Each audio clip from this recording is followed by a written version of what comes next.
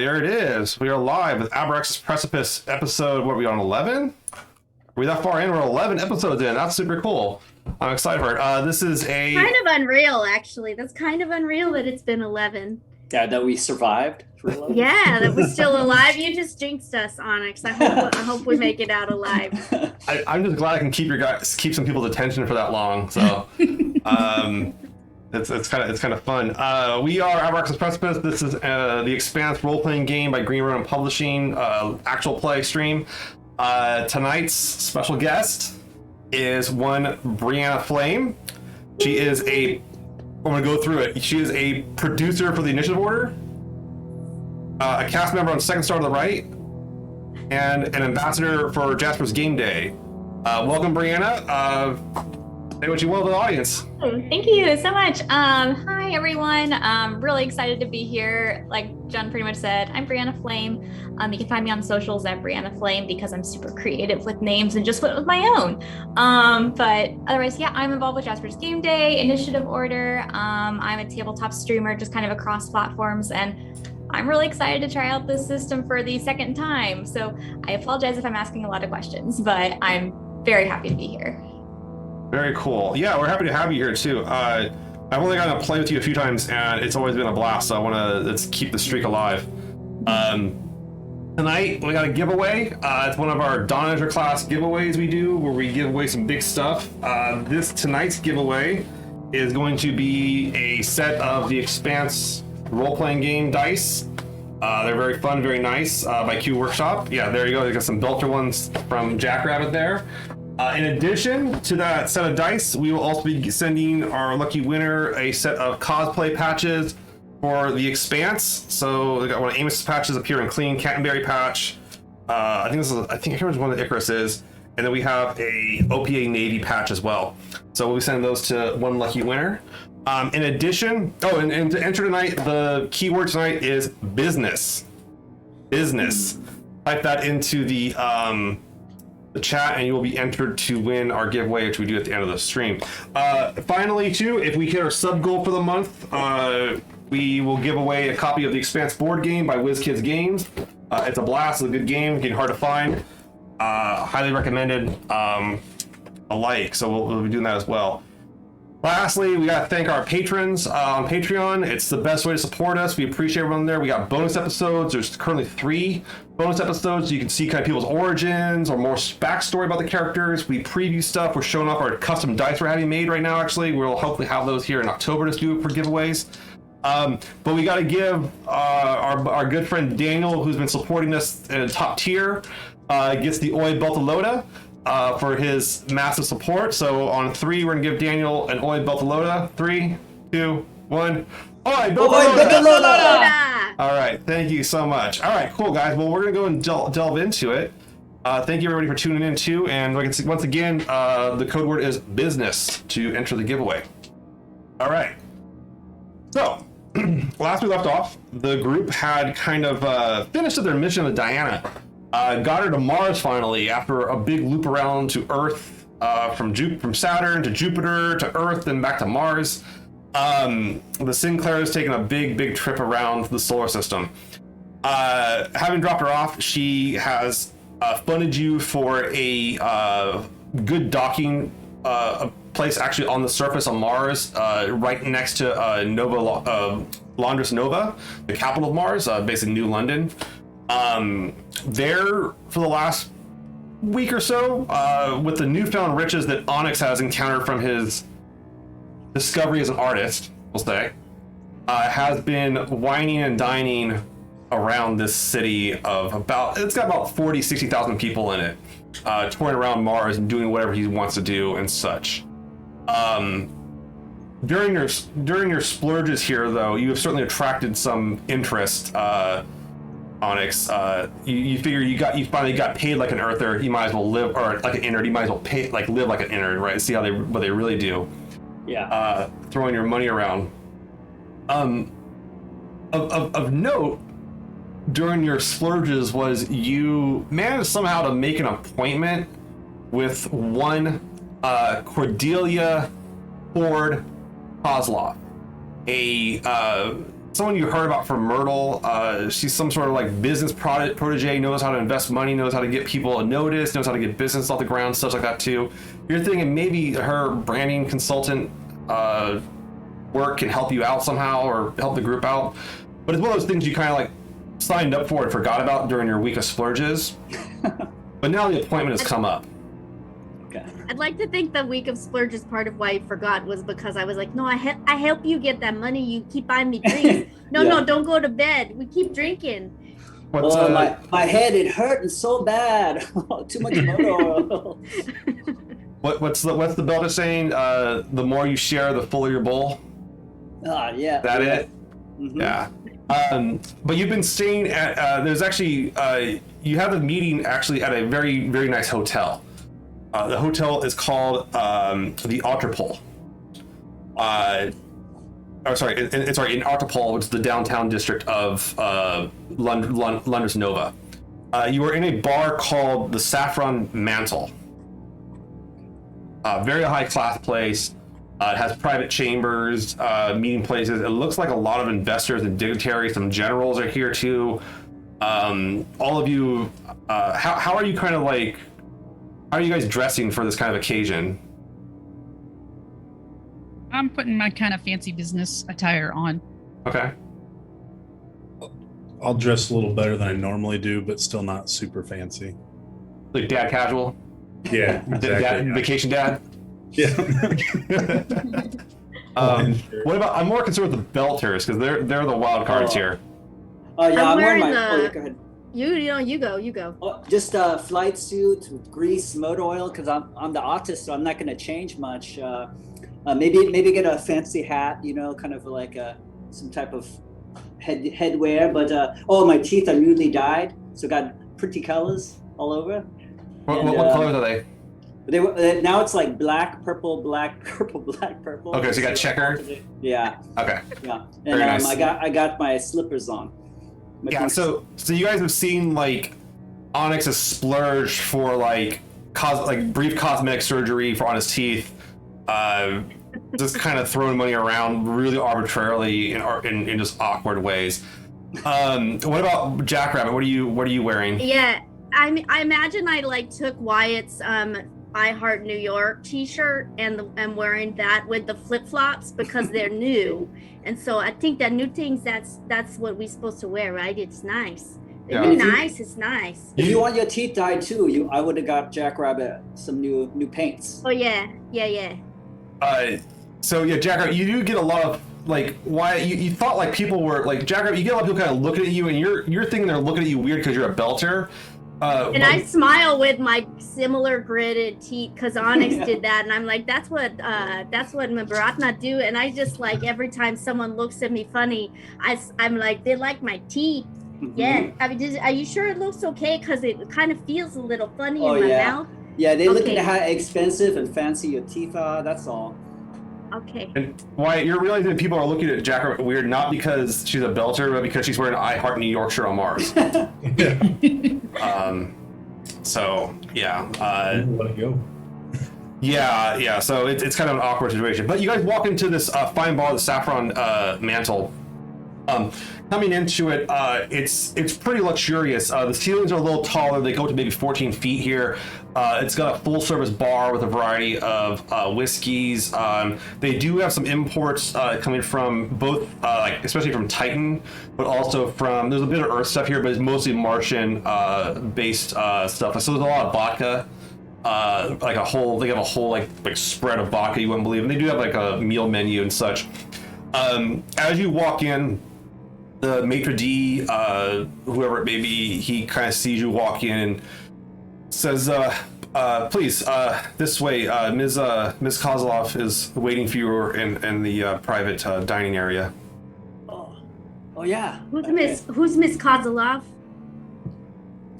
I think I made an appointment. I forgot about many nights ago, but yeah, she's gonna help us. She's gonna help me take some of my credits and put it in good stuff, and maybe help make my art go further. Yeah, it'd be really good to kind of have some meetings here to see about, the more that we want to kind of keep our new home and work together, we need work. And so we could use some help, kind of advertising around and marketing ourselves as, this team from, the belt, from Earth. And if we can get along with Mars and see people can get along and make creative things and, do business together. And we can fix anything. Yes. There you go. Yeah. Yes. You believe you can fix the socio-economical, political issues of the solar system. We're all really good at what we do. We just don't know how to market what we do. So Yes. you walk up to this room. It's got like a glass front on it. It's kind of like a private, kind of a casual room. There's like some nice kind of seating around a circle table. The table's made out of like a red stone of some sort. You're guessing it's kind of like a Martian. It looks like very artisan made, like a handmade piece. Very expensive. The Belters have never seen something like this. It's very ostentatious. Even someone like Myrtle, you've seen stuff like this too, but it's pretty much like in like very rich people's houses. This place is fancy. It rivals some of the best places you've been to in Lovell City on Luna. But walking in, you see this. You see a young woman sitting at the in the area. Look up and notice you as you guys are approaching through the window, being guided by the maitre d'. Cordelia, what do you want to do? You see this ragtag group that you've had like mentioned up on your. You've been reading about a little bit, and they want some sort of weird consultation. You're not really sure what they want, but they're paying.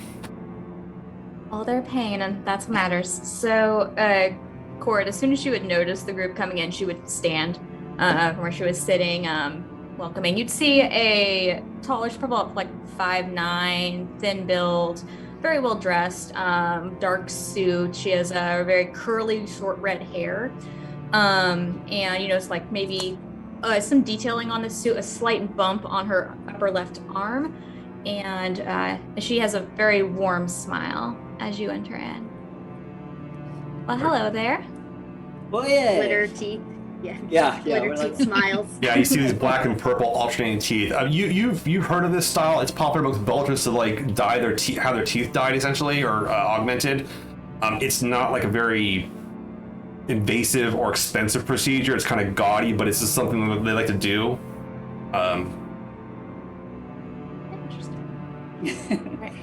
Oh yeah. Are you Cordelia? Cord? Oh yes, you can just call me Cord. Are you Onyx? Yeah. My name Onyx, and this is the. Introduce yourselves.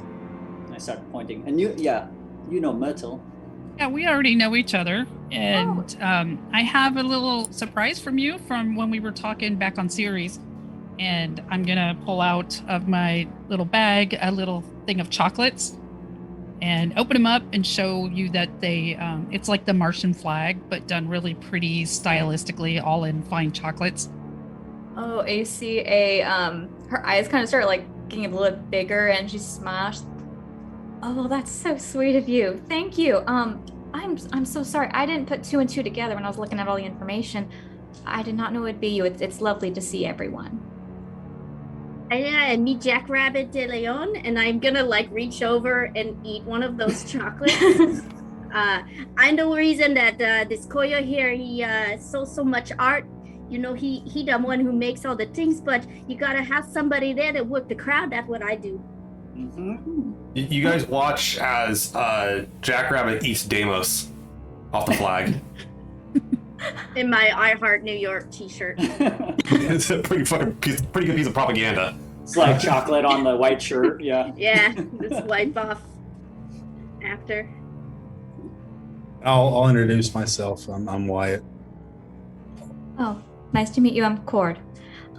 But please, why don't you all have a seat? And she'll go and sit back down, comfortably in her chair. And there's like a spread set. The maitre d', as you guys kind of sit down, he goes around and takes everyone's drink orders. Whatever you like, he's willing to give. The house especially is a series of vodkas.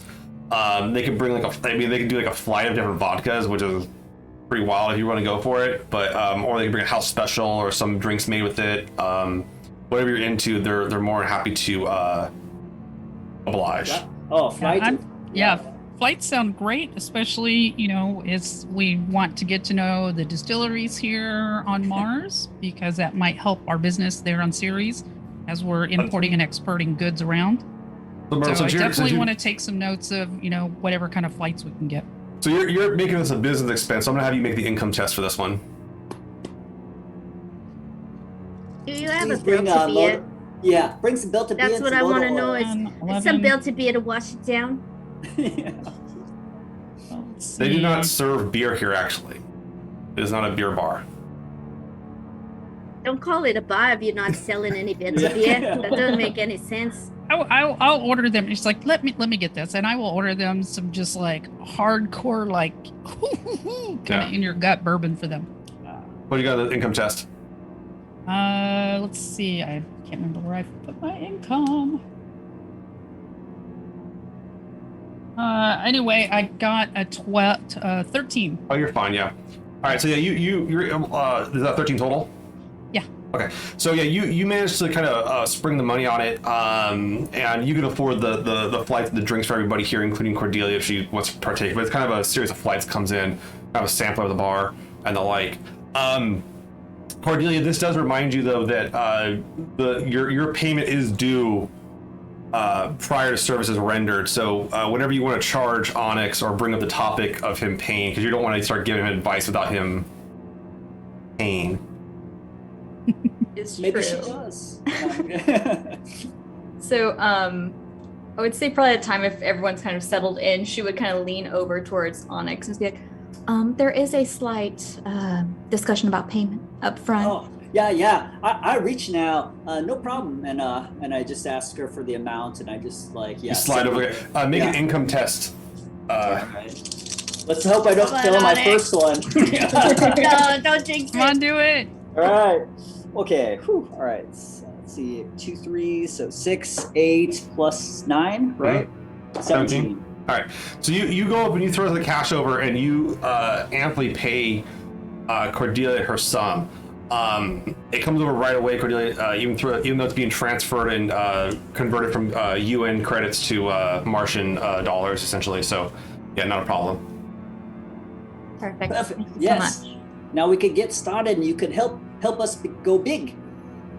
Go big? Oh, all right then. I guess I would like to know, because honestly, I have very, very little, besides Myrtle, very little knowledge of this group. Why don't you go ahead and tell me a bit about yourselves? What exactly are you hoping to accomplish, and how can I assist? Well, we're kind of a ragtag bunch that was thrown together, and then it turns out that we have a lot of feelings and goals and kind of things that we want out of life to support like Onyx with his art. It's like we want to show that there's a heart and soul in the belt, to all of the Martians and Earth. And then it's the same thing. Is I would like to try to bring the finer things to show the Belters everything doesn't have to be always hard. And and kind of bring to Mars that it's okay to have friends that are in the belt, and on Earth because of everything that's going on. So we have a lot of different things that we can do. We've been just kind of doing random jobs here and there. So probably we want to sell our own experiences about what kind of work we can do, which is a variety of things that we can kind of talk about, and then also support our creative endeavors. So it's a little bit of a mashup of different kinds of things. Understood. Because most of the time, oh, go ahead. Oh no, please.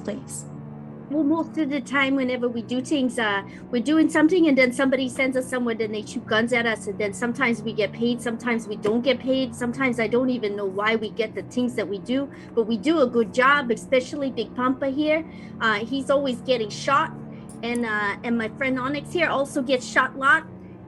So I think that's something you should say, like they get shot for you, so you don't get shot yourself, Essentially we can offer some services like that if somebody needs an escort, is that we can support them in different ways.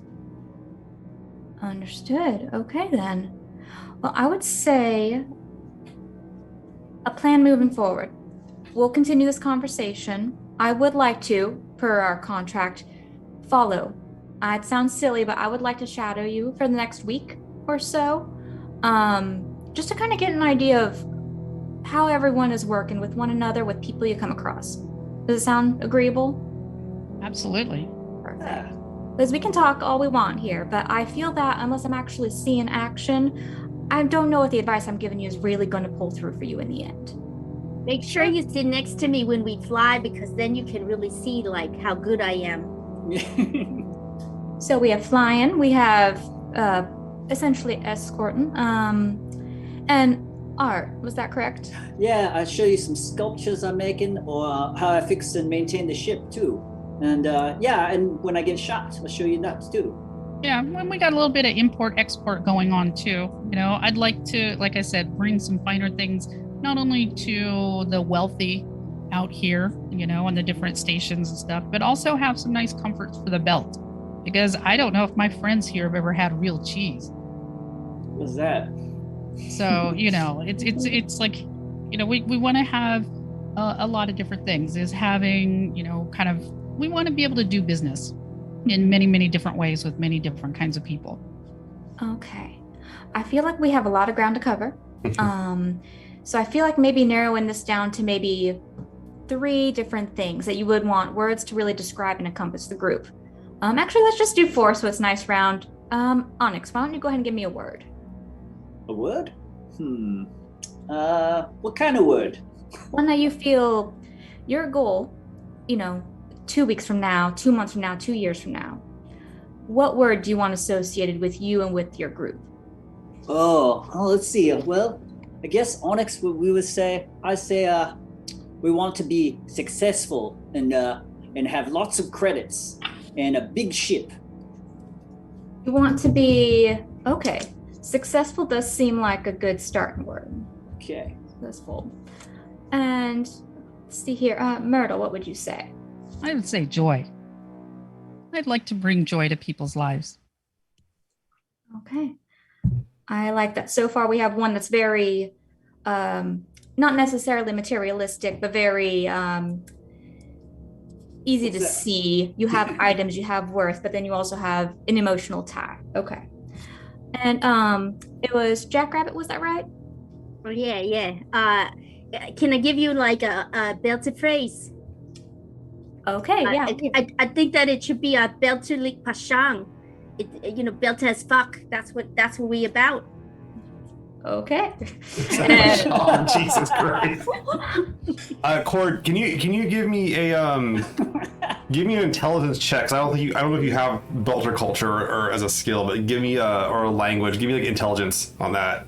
Intelligence check. Awesome. Yeah, Could you remind me the rolling for this? So roll 3d6 and then add your intelligence number, and that's it. Oh wow, that's good. 12, 13, 14, 15. 50. Okay, so yeah, you know this phrase quite commonly. She basically just said "fuck," Yeah. like enthusiastic fuck. Yeah.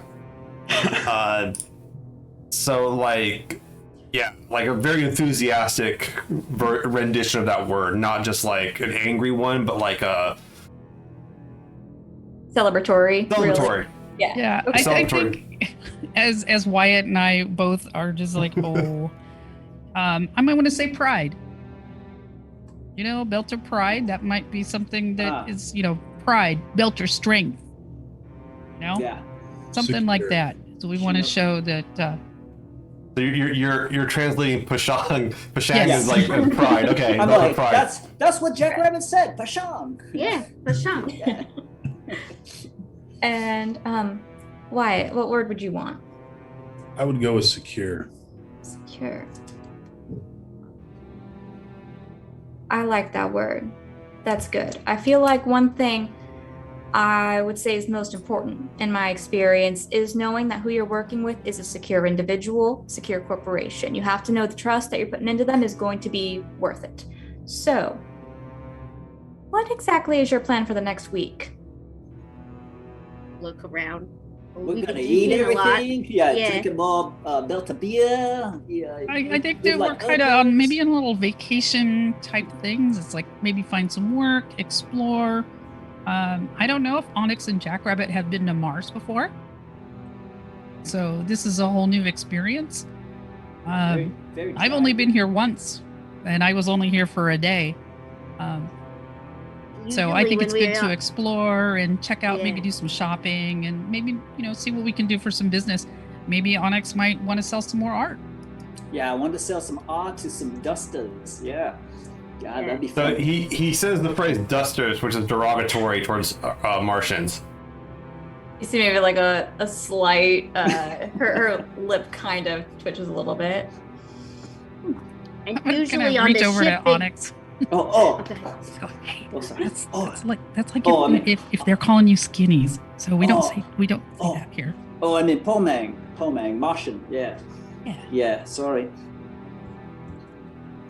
Yeah, So sell usually art when to we them. on the ship, Big Pampa teaches me to shoot the rifle lately, but I don't think we do that here on Mars. Oh yeah. Yeah, Mars has like a strict no weapons kind of policy. You can have a license to carry a taser, perhaps, but even like bodyguards or local security don't carry lethal weapons with them that would penetrate the domes or the shielding. Yeah, we should probably actually make that a priority. Is that it'd probably go easy for Wyatt and I. Maybe not even me, being from, an Earther, but we might want to look at that so we don't get questioned while we're running around about our tasers. Well, I assumed you guys left them all back on the ship. Well, if we're going to be here for a week and we go on and off ship, we might want to square that away if we want to carry them with us.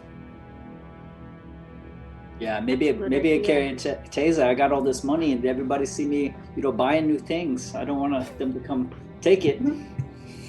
I'm not really worried about my safety here on Mars, I think we'd be all right leaving our weapons back. so on the we ship. can leave them there. But if anybody wanted to, then we should take care of that before somebody gets hauled off to a brig.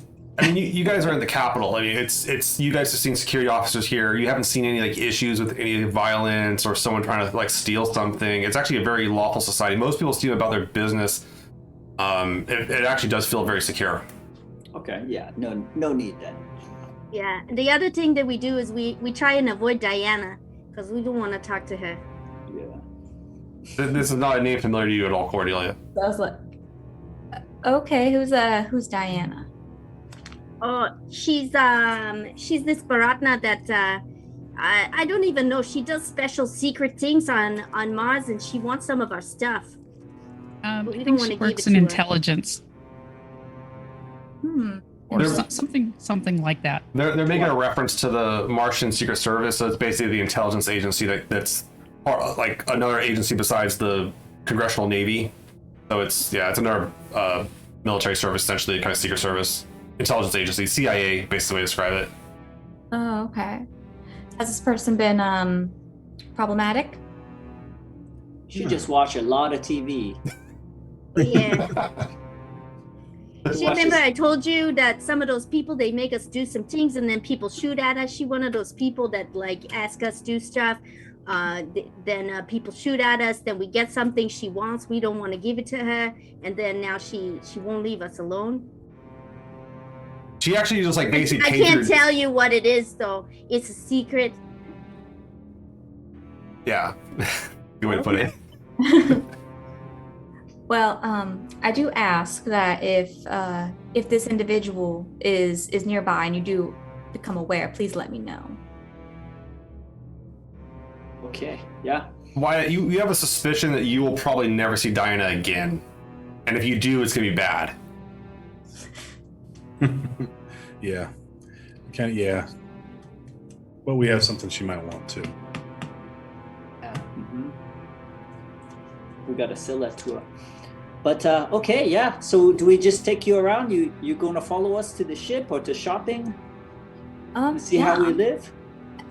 That's essentially the whole premise. I like to follow to get an idea of what your day-to-day is going to be, not just for don't misunderstand. I think it's lovely. Get your sightseeing in, kind of familiarize yourself, but don't undervalue networking. That's probably my biggest piece of advice I would give to anyone that I'm working with.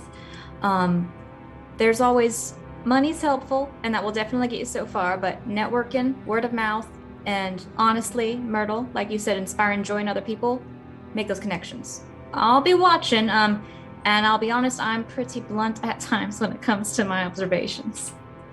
Oh, that's okay, because this group definitely says what's on their mind. Sean. Sean, yeah, Sean, yeah, yeah. Maybe we make art and yeah, bring joy to the Martians here. But yeah, okay, I get it. Yeah, that is kind of an observation you've had culturally, Onyx, is like the Martians, like they do seem like they're satisfied and they're safe, but you don't get that Belter sense of like camaraderie. Like you get that they're kind of brothers in something, but it's more of like they're brothers for a purpose versus like just being brothers for brotherhood's sake and kind of partying and having a good time. You don't see it as much here. Everyone's a lot stiffer. Yeah. Oh yeah, that's true. Okay. What you think, gang? They don't look like they have a lot of fun. They probably do in their own way, but everybody's very, what we say on Earth is nose to the grindstone. Okay. Kind of curious when they're going to bring out this vodka you paid for like 10 minutes ago. Oh, I see you guys are casually drinking. Yeah. Yeah, I mean they bring out like numerous flights of like shots of vodka, and they're all labeled like the little flight. I don't know what you call it. What is that? Do you know what that's called? Like the thing the flights are on. That serving tray. They're all like it's like a digital. It has like digital labels on it, so it's like labeled to each piece, so you know exactly what's what. So if you wanted more of something, you could order more of it if you wanted to. And really, it was that Wyatt's was. I was just drinking Wyatt's. That's why there's like none there. I There's just nothing moved it here at over all. while it was talking. Yeah. Yeah, Onyx, you're pretty sure one of these like would make a pretty good engine cleaning solution at some point. Oh yeah, yeah. I poured into my I poured my motor oil into the glass and poured that into my flask. They put a shot of vodka in your motor oil. Yeah, to put it in, Okay. and then I saved some for the ship later. Okay. Yeah, I'll polish all the rifles with it. Yeah. It'll do good. And you're watching this cord with like I don't know what your emotional reaction to this, but you're like watching this guy who's apparently this like wealthy artist who paid your fee, which is ample. He paid for like the platinum plan or whatever it is. And like you're watching him, like he's like, oh yeah, we go have a good time, and like he's sitting there pouring vodka like shots into like a motor oil can and drinking it. You tell them whenever you do that thing that this is why our ships run so fast and so good is because our mechanic is smart. Yeah. This motor oil lubricate my brain, make me smart. Cordelia, Artist and mechanic. Cordelia, can you give me an intuition check? So roll perception. So roll 3d6 and add your perception to it. 15. 15. Okay. So you're getting kind of like this like little business sense is tingling. It's like a spider sense, but it's real. And it you keep on hearing them talk about their ship. And from your experience, people that have like a tight knit group like this and have a ship tend to like that ship's kind of a bonding point or an experience. So that might be something you want to see early on to try to get a sense of where they've been. Because like having them walk around the city, it's kind of like, I mean, they're going to be tourists. They're not going to really be themselves. But maybe in a place where they feel like home, you might get a better insight into them. Makes sense. Cord would bring up within their conversation. And I know you've mentioned a ship a few times so far. Would it be possible for me to go and see it? What is the name again of it? That's the Sinclair. Sinclair, it's beautiful, and it's got we paint a beautiful picture on it too. He shows you the image of a Belter woman done in his kind of art style with like her side of her head shaved with red hair coming down the side. She's got some Belter tattoos on her, and it's got this kind of like thing that says Sin and Claire, like it's two words. Yeah, because she based off of our friend Abby, who used to fly with us on the ship. This was her girlfriend who got killed by one of those people we telling you that was shooting at us. So then we called the ship the Sinclair. Oh, okay. Well, Onyx, I really do like your art. It's fantastic. So I would love to see this in person. Oh, Taki, yes. Let's go to the ship. All right. So you guys go ahead and catch the you go and walk through the streets of Londres Nova and catch a tram. The tram's going to take you right outside of town. The docks actually are not, the docks for the city are not in the city. They're on the edges to make sure, like, in case there's like an explosion or something like that, isn't, you know, level of capital. But you go to the Opportunity Shipyards, not too far out. It takes, like, with the tram system that they have between their towns here, it's very fast to get from one place to another. As you take the tram and come to the shipyards, these are really fine shipyards. They're well maintained. They are in a gravity well, which is a little different for a few of you. You know that, like, to get the ship off of the ground without, like, basically burning down the surface of Mars, you would have to, like, use a chemical assist rocket to get up. So that's kind of, and that's all been paid for by Diana. So that those whenever you guys want to leave, it's fine. But you guys get to the dockyards and walk out and kind of see the sights. So people are coming and going. It's mostly like tourists here, or a few light freighters, stuff like the size of your ship. But they're not bringing in the massive freighters that, like, would bring in docks. Those would come more like stay in orbit, and then there'd be ferries coming up and down from the surface to the docking yards orbiting Mars. But yeah, you go ahead and you start walking through, and you can see the numerous ships and stuff like that too. You can see where you guys are docked at. You remember where you're at, walking through. As you are walking through, Jackrabbit, you guys kind of walking through this guy kind of starts waving you guys down. This Martian guy. He's wearing a not like a flight suit, but he's wearing kind of work clothes and stuff like that. They're not greasy though. They're not busted like Onyx's. They're pretty clean. Sees you kind of over, and he goes, hey, excuse me, you guys are in dock number 23A, right? Yeah. That's the one you guys are in, yeah. I look at Wyatt to make sure that's the number. Yes. You guys have been drinking a lot, so.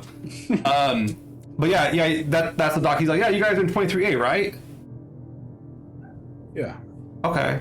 He's Why? like, hey, you know, I gotta tell you, it's weird. Is Ephraim with you guys? Did he come back? Who are you talking about? Ephraim, the owner of the ship. Did he come back? Oh. Uh-oh. I think he's back in New York City. New York City? That doesn't sound like Ephraim. He wouldn't go out to New York. No, I mean, we would have heard if he was in New York. No, he went out to the belt. Took the Anna Marie out there a few years ago. I recognized that ship anywhere. You know, I was one of the ones that guys helped put it together when it was you know, a kind of a dream of Ephraim's. Oh yeah, Ephron. He make us take care of the ship. I painted it. You see the. I saw it. It's got the name Sinclair on the transponder. Yeah. But the profile came back. It's that's the Anna Marie for sure. I can even recognize a lot of those weird rivets I had to put in the side. Oh yeah, don't worry about it. So Ephraim changed the name, huh? Yeah, he changed his name. And maybe you know, when we get to contact Ephron, we'll have him send you a message. I want to try to bribe him. Or something. I mean, it's smart that he changed the name. You know, that naming your ship to Anna Marie after your ex it's bad luck, my friend. Yeah, that's why he did it to the Sinclair, because he met a new Baratna named Claire, and then she broke his heart, and he just was like one Baratna to the next. I just changed the name to the next one, and I say, you don't worry, I take her for a ride for you. Yeah, he was sad. Hey, does the port airlock on it still stick a little bit when it opens up? I fixed that. You fixed that, man. That was a whole misalignment to the superstructure. You actually fixed that. Wow. You didn't fix it. Yeah, just yeah. We take good care of it. He was so sad. He went off planet, and you know we just repaired the ship, and we're gonna go take it to him later. Yeah. Well, I didn't think he'd ever come back to Mars. I thought after his you know, Anne left him, he'd never come back. You know, the heartache he had was rough. Is he doing okay? Well, yeah, he do good, but he broken heart, right? He think he do bad, but he doing okay. That's good. Yeah, I mean, some of the rumors that went around about that breakup, that was, you know, was bad stuff for him. I felt awful for the guy. I can't blame him for leaving. He really get he really get emotional about the women. You know, I tried to tell him, don't get so caught up. There's many others in the space, you know. Many Yeah. stars in the sky. He don't like that metaphor. He say that's just like what the earthers call about fish and sea, but star and skies, there's more than star and sky. I try to say, he doesn't seem to care. So But he did agree, though, that he wanted to work on himself, you know, to kind of get some peace within himself. And so, you know, he's just like, we're like, we'll take care of the business for you. Don't worry about it. wait, so did he sell it to you, or does he still own it and operate it, or captain it? What's his position now at the ship? He yeah, like lease it to Yeah. us. And He then I leases told to- him, and we painted the picture. You see the picture, Claire. We tell him after we fly it around, if we bring it back to you and you look her in the eye and you still love her, then maybe that says something, you know? Okay. Well, I hope he's okay. It's just kind of weird to see that ship here. I hadn't seen it for a long time.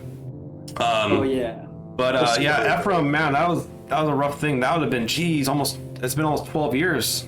Oh yeah, Wow. Coleman, maybe not say nothing because he's so sad about it that he don't want to make everybody know. You know, he break up with Anna Marie and all this stuff. So yeah, we just tell you because you're his friend. Yeah, the other thing too is he really didn't want us to come to Mars. So when he leased it, he said, just don't go to Mars. And we just wanted to go because this guy here, and I point at Wyatt, he wanted to go see his family here. So we take a pit stop.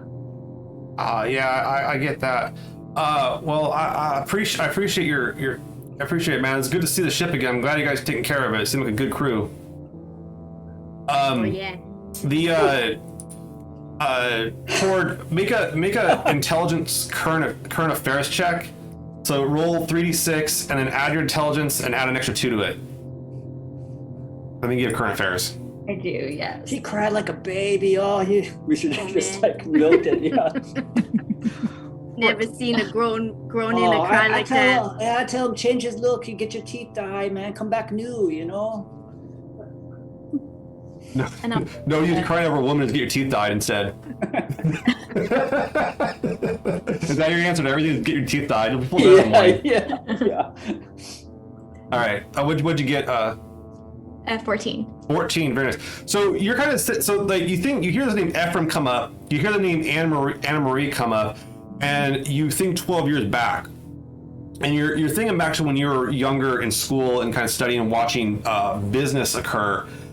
And the name Ephraim triggers this whole kind of thing, triggers like an event that happened about 12 years ago for you in the world of business. Namely that a gentleman by the name of Ephraim Guan, who is his family owned are made very, very rich individuals here. You've done work for their corporations in the past, consulting with them and such.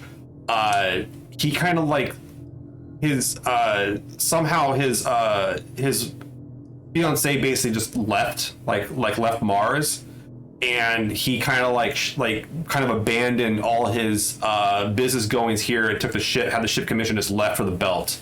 But nobody really knows what happened to him, or his if he ever found his fiance or whatever. It's kind of like a weird romantic story. But his business was taken over by his brother, Beauregard Guan, who is, as you readily know, and it's hard to get away. He is the top minister for the First Reformed Church of Martian Baptists. He is in charge of one of the largest mega church on Mars. Okay. You've done business with the church before, like doing like consultations and helping with marketing and stuff like that too. But this is an organization that wields a lot of money. Understood. So, Man, who is that guy, man? He was stopped. He real nosy, that one. Did a good job, Onyx. Yeah, we better get on the ship and get out of here, huh? Yeah, that's not a bad job. That's not a bad idea. so you guys keep on walking through the dockyards and stuff like that too. You notice kind of Cord maybe has a little bit of like it's still very observant. It's very, very observant of you guys. But definitely, you guys can all. Why you get up? You kind of pick up that Corn's one of these people is very quiet, but there's a lot of gears turning in the head. A lot going on in there. But they're very stoic. Give you kind of that stoic perspective. But they're still smiling. As you guys approach the berth, coming up to where the docking bay is, you can see that you can see the ship through some of the reinforced windows and stuff like that going out there. It's all set, it's all locked down and such like that too. There's the security locks you guys have on it and the like. What do you guys want to do? You want to go on the ship and show her the ship, or? Oh yeah. We might as And I well. imagine with the door that sticks when it opens, be like, Onyx, you better fix that. I pour that vodka, the vodka I had in, and I put it in the door. Aaron, give me an engineering test. All right, +2. Like this is like a far shot for you to pull this off. All right. Oh, I got a 1 on the drama die. 7 +2, 9, and another 2. So Yeah. What'd you get total?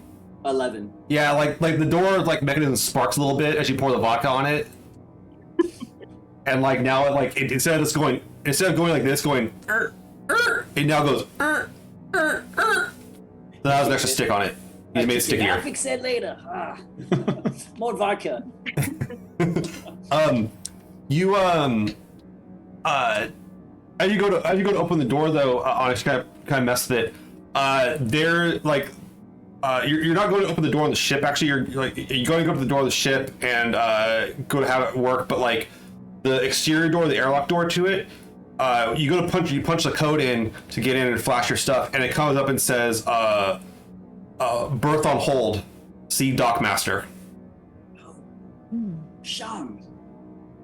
I look at Wyatt. Wyatt. Look at this. They blocked us. They want us to go see the Dockmaster. Yeah. Usually it indicates some sort of outstanding debt or issue with the airlock or something like that too. But they basically don't want you guys fixing their airlocks for them. Nothing personal. Let's go see the Dockmaster. I told you probably Diana. I told you about Yeah. Diana. We gotta give her the armor. I Yeah, we don't got think that we give it leverage. to her. I don't think we give that to her. Why is she gonna take that from us? She's We gonna could keep us use it. here. She's gonna keep us Yeah. here. We gotta sell it to her. I love how paranoid vodka makes Onyx. Yeah. Most people just makes them angry and vicious, Yeah. but you it makes you paranoid. I like that. All right, so you go ahead and flash, and the current Dockmaster is Assistant Dockmaster Carmo Vidal is who's on duty. You kind of put a buzz in for him and start walking towards his office, and it's the same guy you were talking to. He goes, "Oh hey, it's the Anna Marie crew. I saw your message. Yeah, there's." Sinclair. We from the Sinclair, no longer. Sinclair.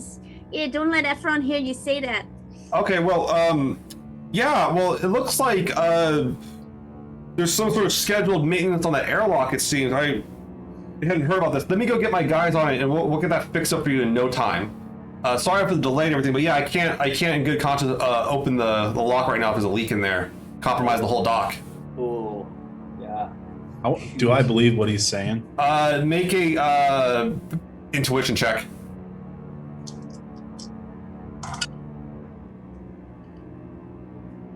15. 15. Okay. He seems like he seems like an honest guy, and he wants to make his money, and he doesn't get his pay until you guys leave the dock. So he has interest, but he also doesn't want to blow the freaking dock up. Like he doesn't want to decompress the dock. So he's playing the safe route with it. As far as could he override the door, you're not sure. You're not even sure if he could override the door or not.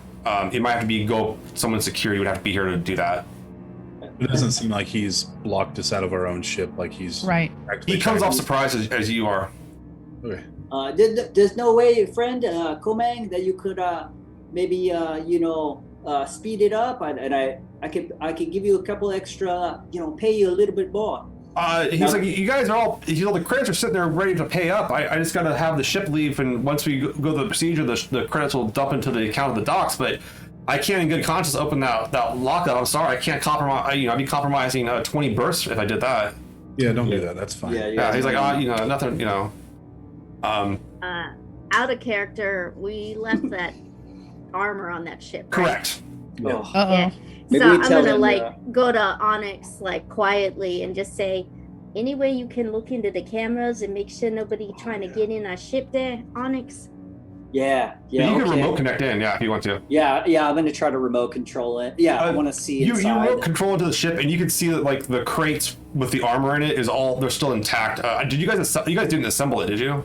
No. We put it No. in all the cargo It's all holds, but you around guys stashed it where you could. Yeah, no, your set of Goliath of Martian Marine Corps Goliath power armor is still stashed where you left it, Ooh. You're not gonna go in. including it's five rockets mounted in the back and the 2mm Gatling gun mounted to the arm of it. Yeah, it's all intact. It's Your cool. very illegally obtained Martian power armor is intact. It's Better to cool, get shot. Jackrabbit. Nobody. It's safe. I just show her. Yeah.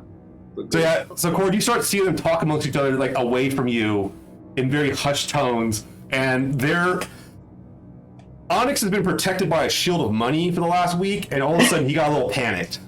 Mhm. You saw a panic pop. No roll, you just saw the panic pop. Interesting. Cord would be just with prior consultations as well, always trying to make sure she has all the information. So she'd be trying to listen in if there was any hushed tones.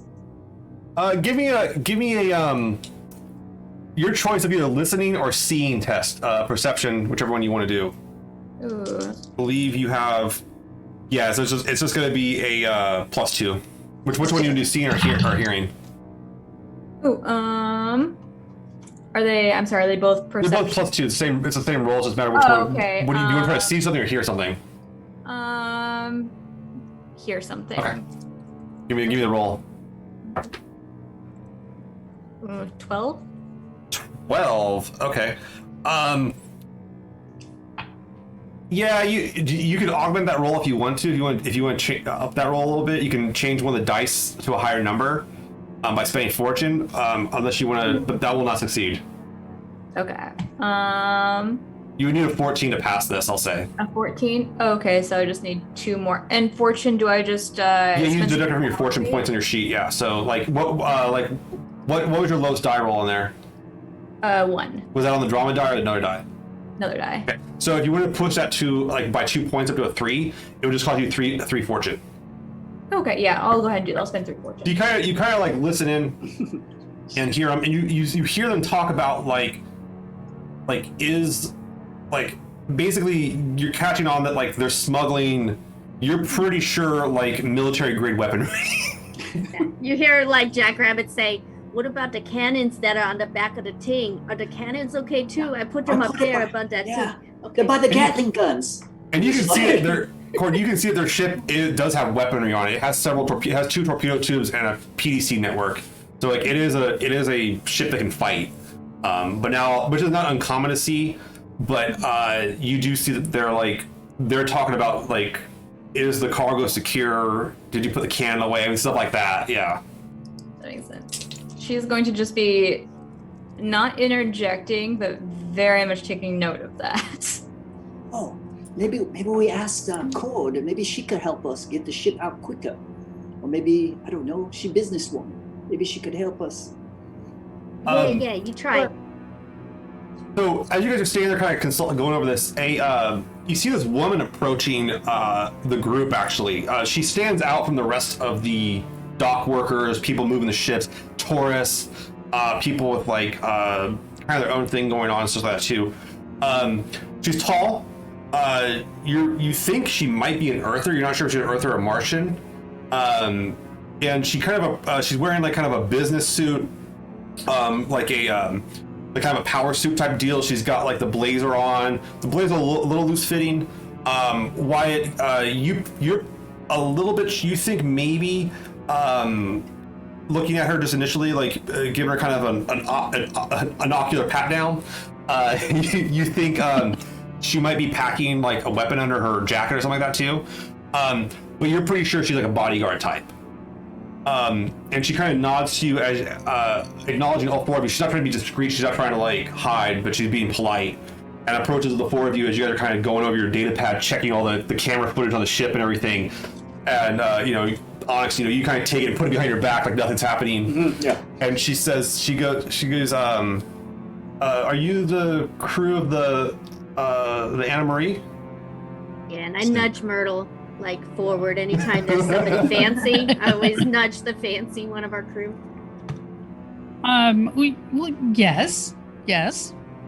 Pretty much, yes. But She it's kinda not gives the a Anna double Marie. take. She sees Cordelia and kind of gives a double take to Cordelia, like, you here. Cordelia, you recognize her immediately as Usamaran. She is her name is Saida Usamaran. She is a personal bodyguard for one Beauregard Guan, the minister of the megachurch. You've met her before briefly, but it's mostly just been kind of in passing. You've seen her before. You recognize her though. She probably knows who you are because you probably had to go through security checkpoints to get into the place and stuff like that. Some of the higher end parts of the business. And she says, "Greetings. I'm speaking to the crew of the Anna Marie. And are you them?" We're the crew of the Sinclair, yeah. This is a little bit complicated, but essentially we are the crew of the ship. That is fine then. Well, I represent Mr.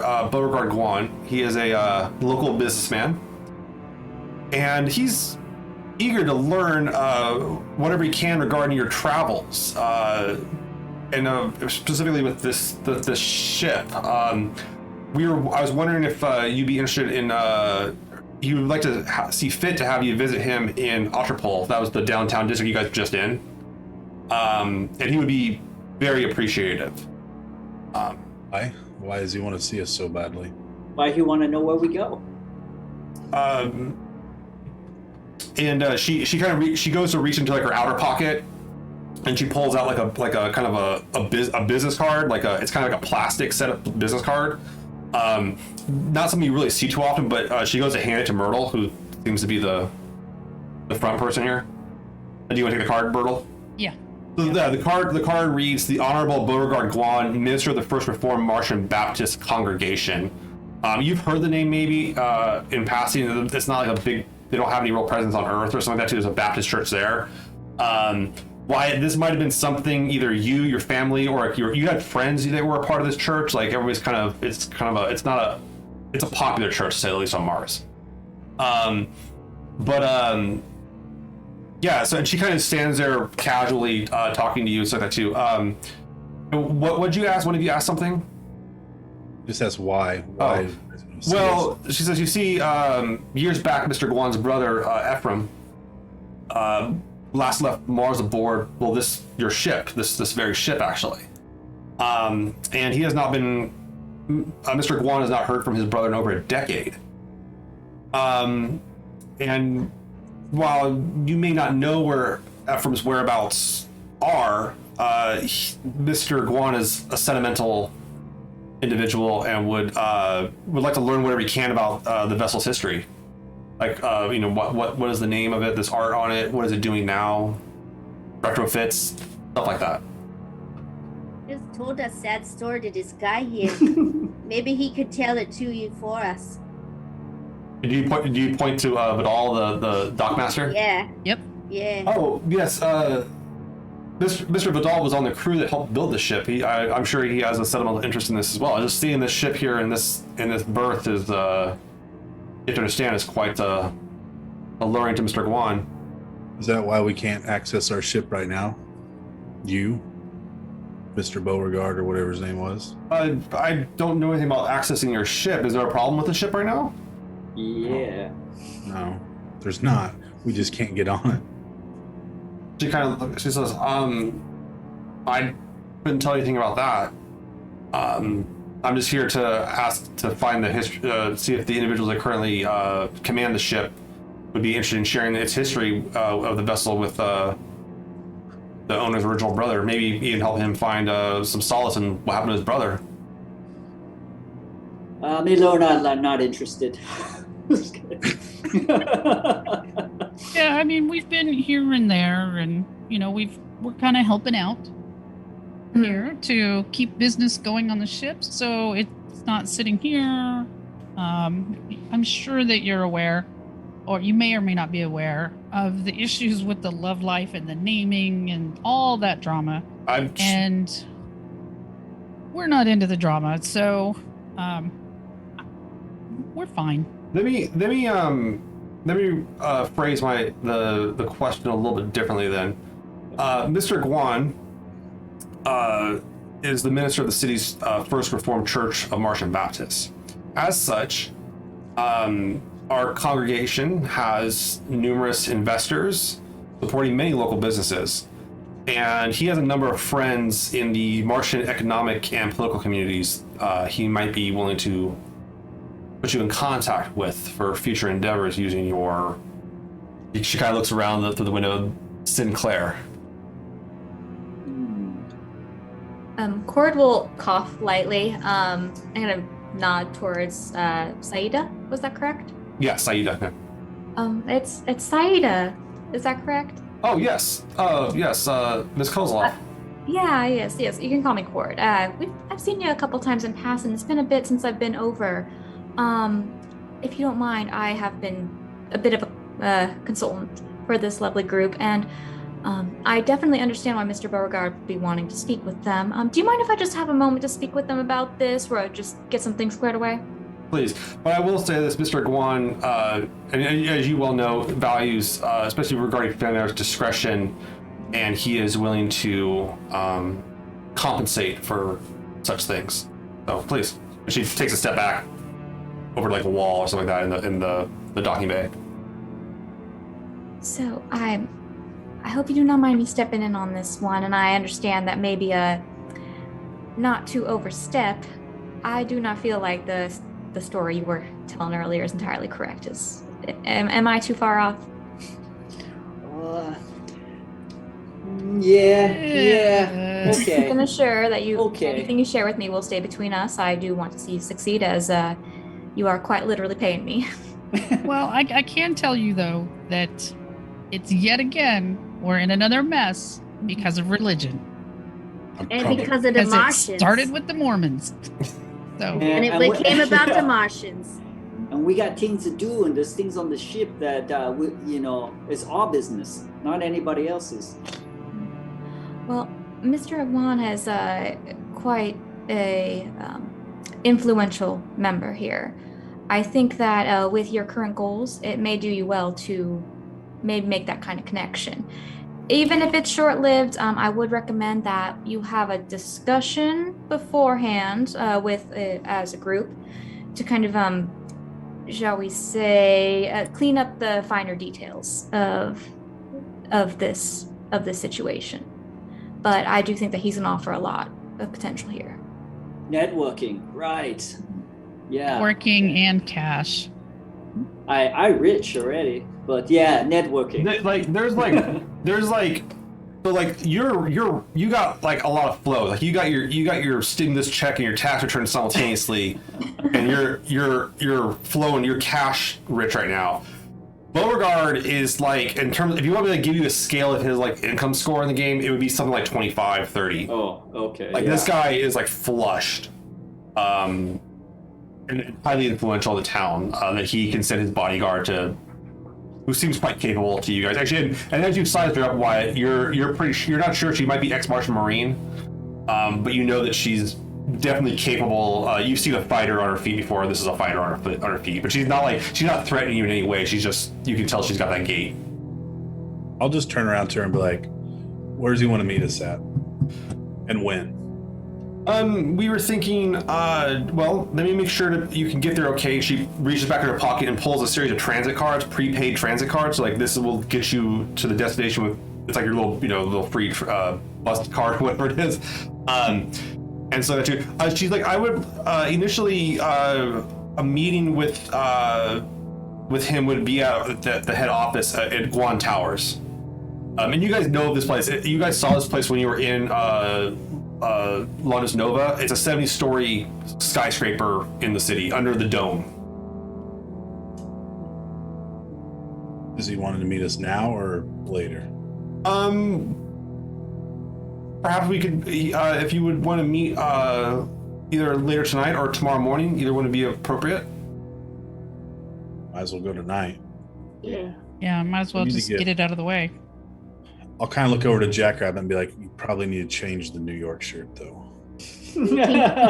But they won't let me back on the ship, so this is what I wear.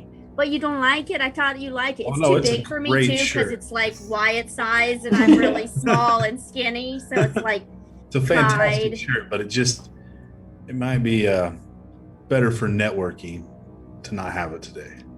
We can go buy you a new shirt. I'll hey, buy you a Onyx, March buy shirt. me Like a new Okay, I Love okay. New London shirt. that maybe. Okay. Yeah, and then like whenever they're away, I just want to like say, do you all ever notice every time we get into trouble, it starts with somebody who make a lot of money and one of these innas that throw the money at us, and then we get shot at. So we better be careful. I agree. Yeah, Yep. always the same. And Myrtle, you're the only one who buys me stuff that I don't get shot at because you buy them for me. You must be good luck. Must be. So she provides you cards. You can actually she provides you like these kind of like the transit cards. You can take the mass transit. Alternatively, she also provides you a courier service where you would actually take a transport across the Martian surface into the city, which is not cheap. Whoa. Let's take that That'd one. be Oh so yeah, cool. we take that Do a one. little moon patrol. Mhm. Yeah. All right. So she says, okay, well, I will meet you at the front desk there. Let's say at about 6:30 p.m. I'm sure Mr. Guan will be done with his day by then. We'll be there. Yeah, Right. we'll be there. And we will be sure to, Mr. Guan will provide you suitable lodgings for the evening as well. Excellent. Is Mr. Guan gonna provide us with some slippers too? And Aqua? I'm sure the concierge at the where you'll be staying will be able to help you with those. Okay, yeah. She just said some word you don't know, Jackrabbit. Concierge. Is that like an Yeah, alcohol? okay. Like I'm gonna I'll take drink one into of my blue light slippers? I'll take one of those concierges too with my slippers. Thank you. Okay. All right. So Sienna goes and walks away, expecting you guys there. What do you guys want to do? What time is it Maybe we right should- now? I mean, it's gonna take about 10 minutes for the courier to get here, and then you guys. But it's like maybe like 4 or 5 p.m. I think we should take Cord's advice and get Yeah. our story straight. What we want to tell this Koyo. Maybe we can do that over some early dinner. You guys Sit could do down it. and hammer it out. You guys could do it in the courier, and you guys will have a private cab. Yeah. Or maybe he listening though. Maybe he got a bug in there listening to us talk about it. He big power man, you know. But yeah, we could talk about it in the car. Sure. Yeah. Yeah. If the group doesn't mind me asking, I find that when having to spin a tale, oftentimes starting with the truth and building off of that sometimes works a bit better. Do you mind if I ask how you actually did come into possession of that ship? Captain died. Tell us the Yeah. truth. Yeah. Yeah. Yeah. Why? Remember we was. Yeah, go ahead, Wyatt. It's just simple. The captain died. The ship was left to us. No more. It to the wasn't story. it wasn't just the captain. It was the entire crew that got shot. Yeah, but that's true. They But we did do transfer that. it to you before they died. Yeah. Oh, Well, we it didn't. was- Did. It was we legit. killed nobody. Yeah. Yeah. Yeah. We didn't like steal it or kill anybody for it. It was left to us. Okay. Sure. Okay. Yeah, they did transfer to it, and yeah, it's like everybody was just like shoving us in there and asking us to survive, and that's what we did. Okay. That's what we always do. Well, I'm glad to hear that it was not through, like you said, you didn't kill anyone to get it. So that's We all. don't know if it was stolen from the people who gave it to us, though. That's the thing. Yeah, maybe they took it from Ethron. I don't know, but we got it. It ours now. Okay. So one thing that is true about this is it was transferred to you. Correct. 100%. Okay. Somewhat unexpectedly, correct? Yeah. Okay. Yeah. Okay, definitely play off that. I noticed that there was a bit of an inconsistency about names amongst it. So it's now the Sinclair, but it's still being recognized as the Anne Marie. Well, that It guy is. recognized it at the end, but we don't see it as the Anne Marie. Okay. Yeah, and Diana, she changed everything for us too. She said we Yeah. were good to go on it, but she don't know. She didn't do it right. Well, you can't change like the ship's engine drive signature and the profile of the ship. I mean, Yeah. give him a break. Like, there's a reason. I mean, the guy Thanks a recognized lot, it because he Diane. was part of building But I it. knew it. I knew that she had something up her sleeve when she docked us right here. I knew it. I Yeah. don't trust. I never Yeah. trust that Breanna. Wow. I wonder if we could still get access to the ship. I was thinking maybe we get rid of the cargo first before we go have this meeting. But I don't think we're getting into this ship for quite a yeah. while. Yeah.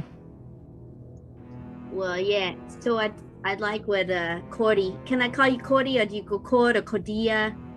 Cord's fine.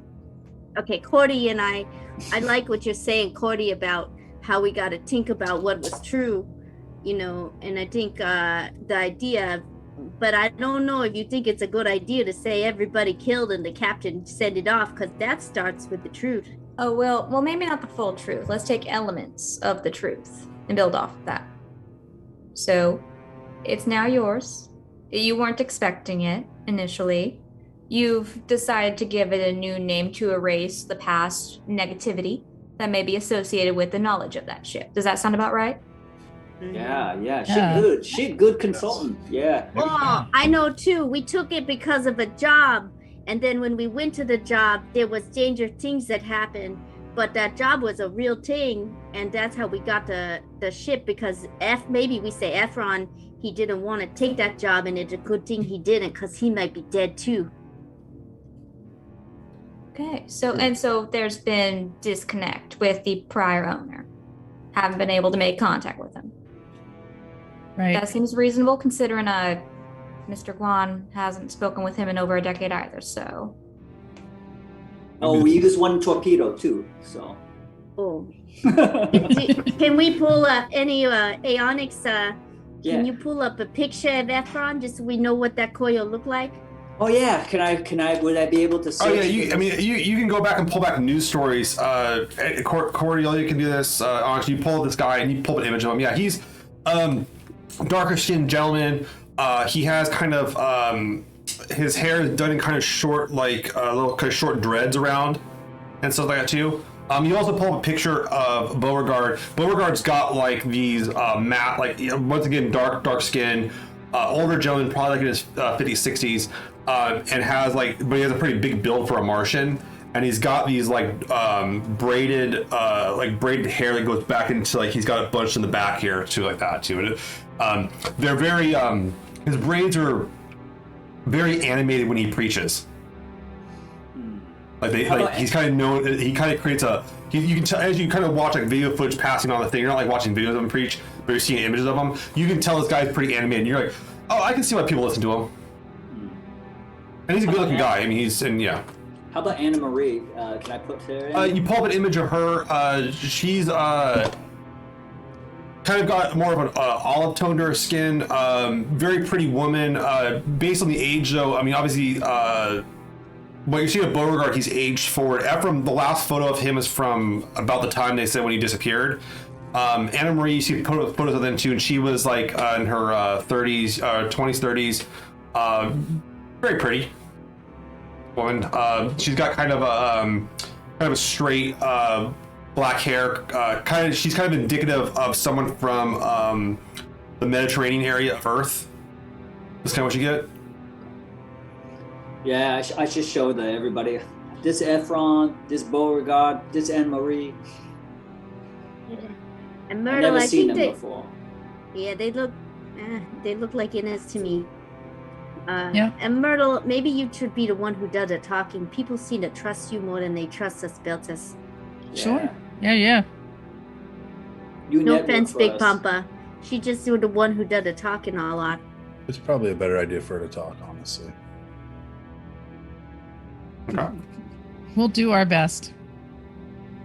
So you guys kind of talk this over, and we're on that pod thing, right? Like yeah, going and you're going under terrain. the butterscotch sky of Mars, going along the surface, seeing the harsh, this kind of fun red dust surface, and you're seeing all the dusted dirt, onyx and jackrabbit, and like you're not really sure why the Martians get insulted when you call them dusters, because there's a lot of dust here. They're like, you don't get it, like why they're so insulted by it, but like whatever.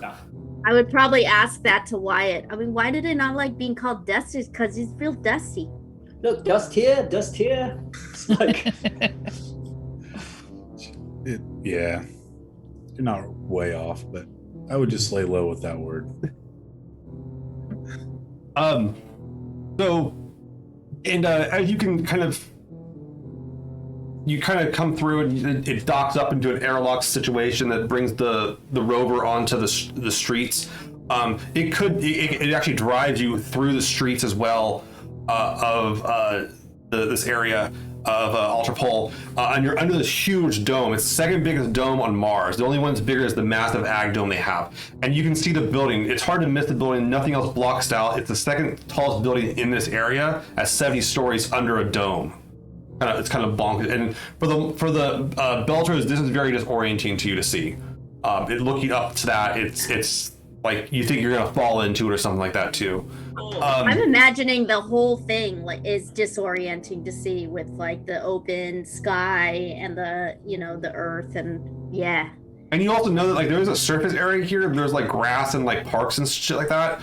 But it also goes a few stories underground, where like the city was originally built was underground, and it's kind of risen up through the surface over the decades and centuries.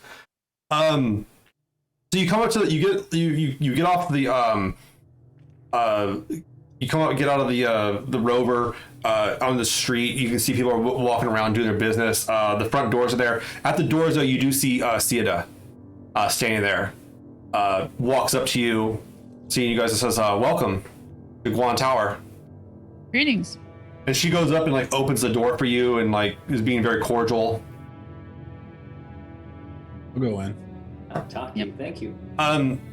Okay. You get into the front door and like the building's pretty secure. You can see there's a fair number of cameras. There's some security guards here and stuff like that too. You're guessing you're probably being scanned. But nothing seems out of the ordinary. Some of you guys think you might get triggered, like you might trigger something, but you're not. Like nothing's coming up. You get taken through the building to an elevator, and she's with you, and you guys rise the elevator up here. It doesn't take very long. The turbo lift, boom, goes to the top. You're pretty sure you're on like either the top or second to top floor, somewhere way up there. Cord, you've never been up this high in this building. But you get out, and the place opens up, and you can kind of see that the building's built in a way that all the walls are kind of removed. There's just the supports, and you can see in 360 degrees from the dome about 65, 68 stories above ground. Very disorienting for quite a few of you. And she kind of guides you through up to a space where there's a large mahogany desk, like actual mahogany, and you can hear like glass, like the sounds of ice and glass moving around. And you see a very tall, dark-skinned man with his hair pulled back in braids, standing there, holding a highball glass, kind of taking a few sips here as you approach. And as he sees you guys come up, steps up to you. Who's in front? Myrtle. Myrtle? Yeah, I'll go first.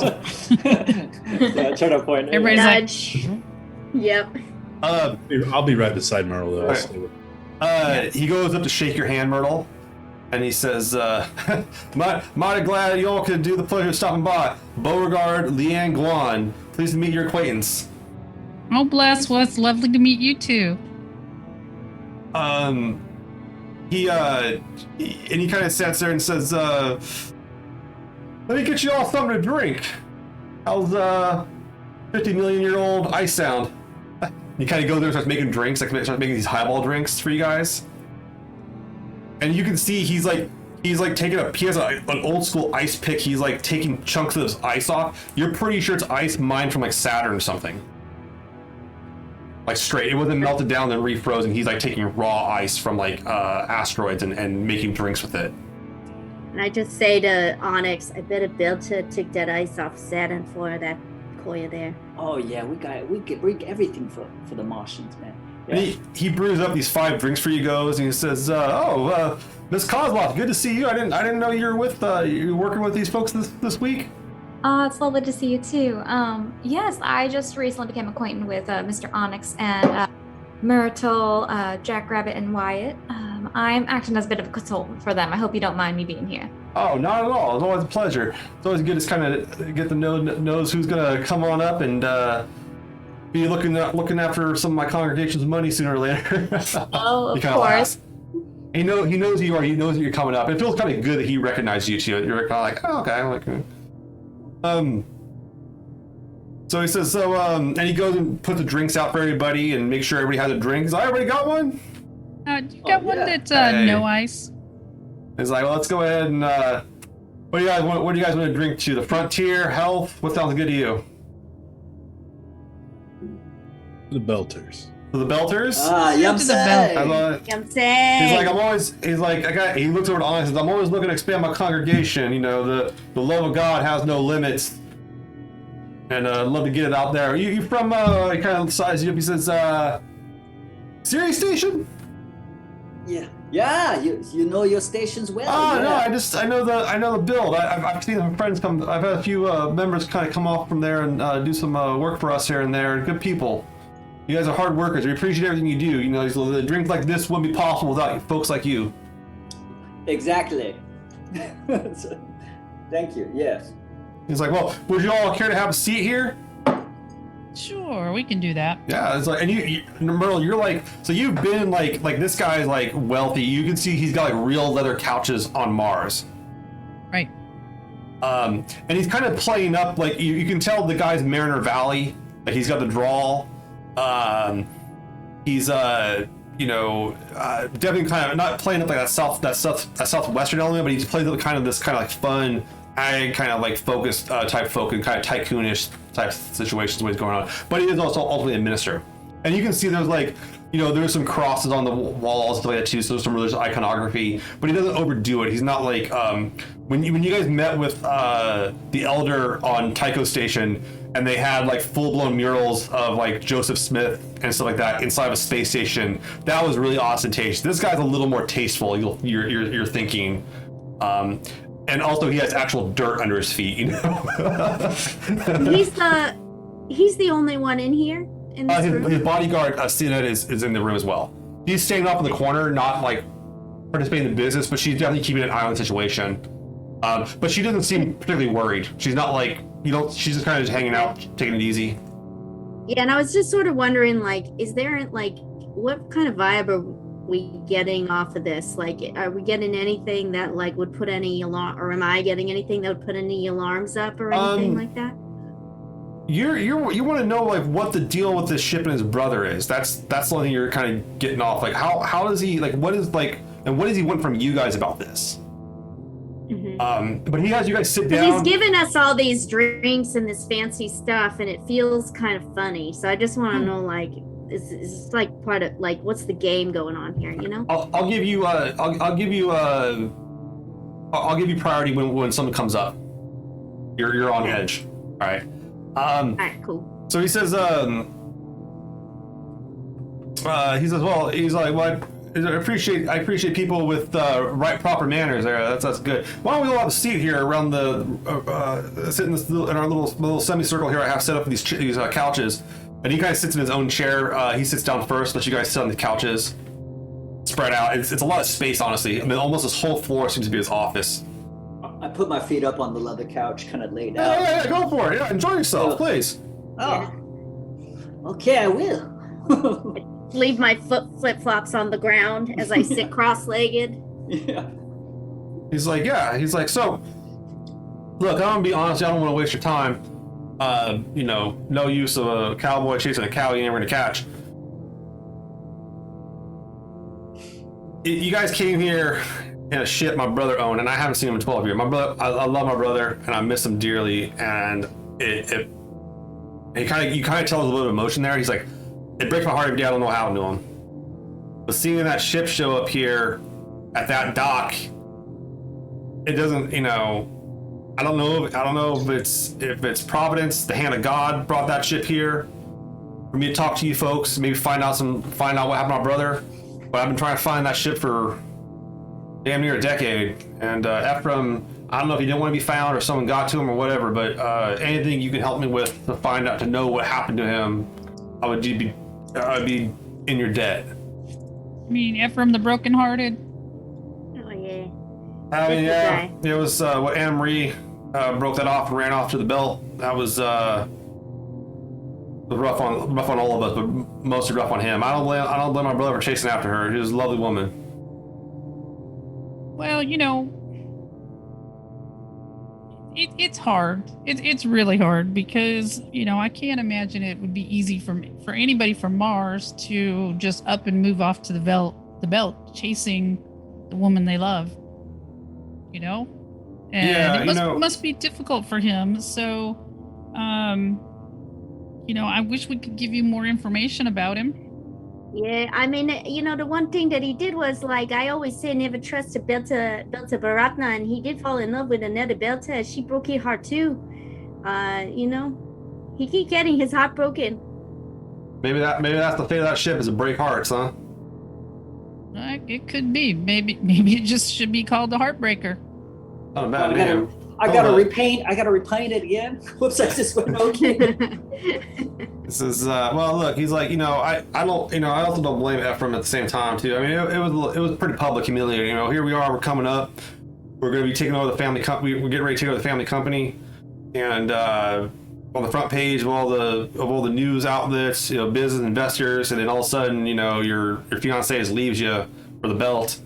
Doesn't go over too well with the investors, but I'm not sure if you're all familiar with the story of my brother or not, but we it wasn't just that Anna left him, but she only left him about what was it like?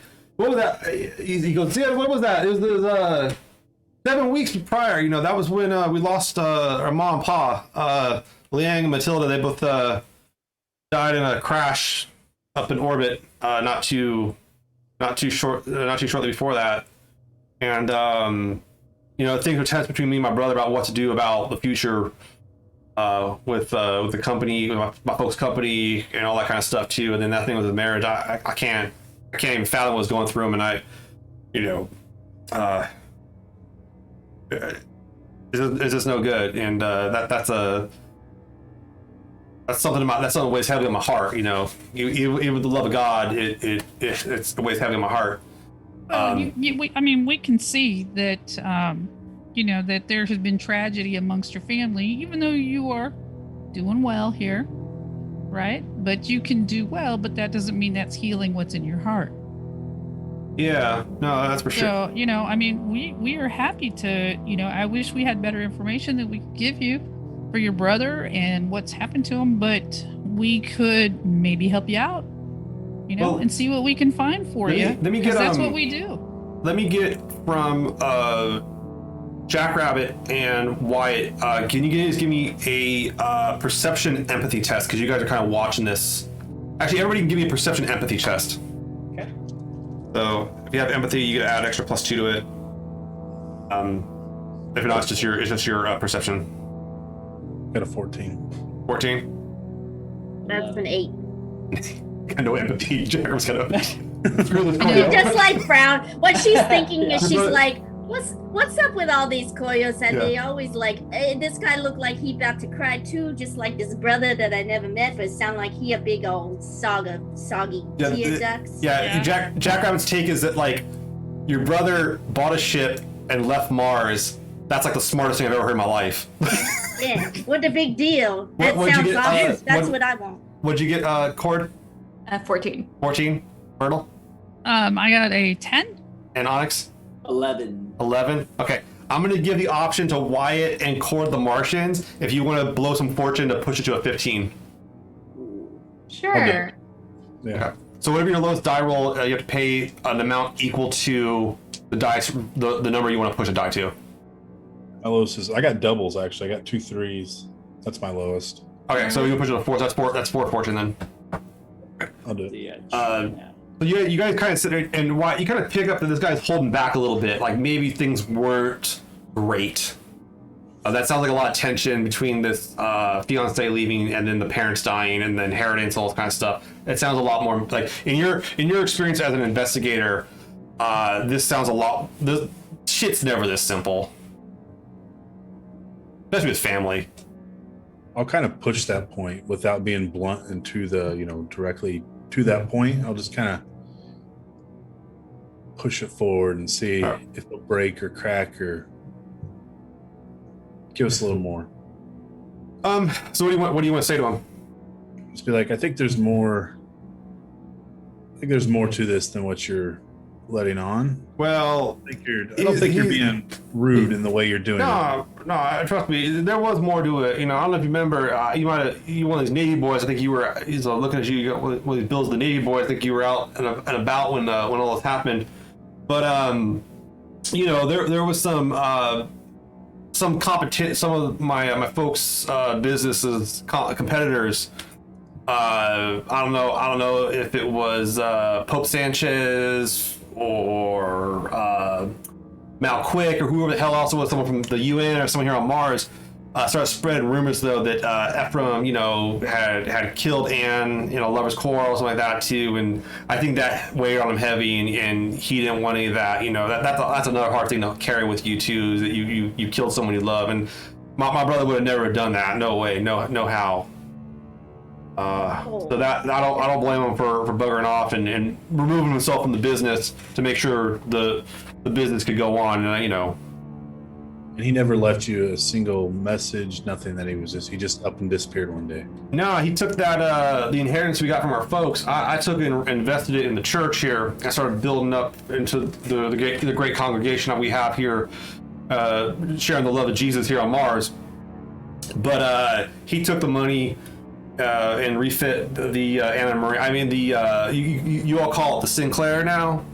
Yes. All right. What do you call the Sinclair? He went and started fitting that up, and that went his way. So we had a separation of ways there, but I miss him every day, and I knowing that people think that about my brother, that too is harsh, But so I'd like to know what happened to him, and set the air straight and clear it all up for him, whatever it is, and set his good name and right, So what do you want from us? You asked us here. You got to want something from us. What is it? Well, you see, I heard that Anna Marie was being used for some illicit activities up and around the belt. I heard some stories too about some piracy incidences not too long ago with it.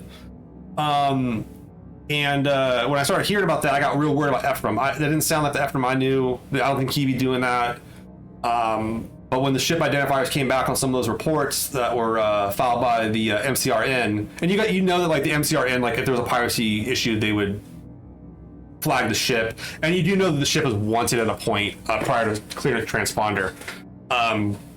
He's like, I tried to reach out to the ship. I tried to reach out to the people, whatever I could find. Kept up on all the reports. MCRN's been real grateful. Been really helpful in that regard when they can be, but not too much information. Solar's just a big place, and I thought maybe people knew where Ephraim was, but I didn't want to. Moment there, I thought maybe he took up a life of piracy, but I know our Lord would not let him fall into those kind of hands. I think you should know that we probably saved your brother's life because we took the job that he was supposed to take, and then the whole crew got shot and killed. Yep. So it's a good thing that he didn't take up that pirate life. He thought about it. He's like, well, was that long ago? How long ago was this when you guys procured your Sinclair? I look around. I don't even. I mean, it's been like maybe 2-3 months. Yeah. Yeah. Did you tell him that? Yeah. He goes, But see, that Ephraim's been missing for 12 years, and so like I don't know what's been going on with all that. That's what's kind of throwing me off here. And then it got renamed to the I saw this in the renamed on some of the reports as he calls it the Princess Sella. And that ain't no name. I know that Ephraim's going to name the thing. So someone got this ship from him, and that's what I'm trying to figure out is how if it was stolen from him, if he was killed for it, God forbid, if he had to sell it, whatever happened to him. 12 years, a long time. A long time, right? Yeah. So I want to kind of look at Cord a little bit because of what we've shared already, and see if maybe she can give a little bit more of a spin on it.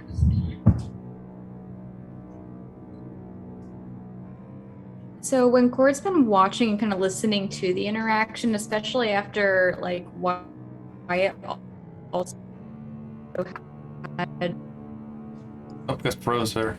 Uh-oh. Uh-oh. Breanna froze a little bit there. We'll come back to that. I imagine while she's frozen, like what I would have said was, we only met the ship. We met the ship a couple months ago. Okay, so it's only been a few months. Okay. Yeah. Yeah, I mean, it was just hard to say. really hard and heavy when it all came about. And like I said earlier, it's like we're happy to maybe try to find out more information, what happened from point A to point us. Yeah, maybe I can find out the older flight plan from far back, and you can look at that. But when we got it 2 or 3 months ago, this long, we don't see Ephron, nothing, man. Well, that's mighty peculiar, I gotta tell you. I'm.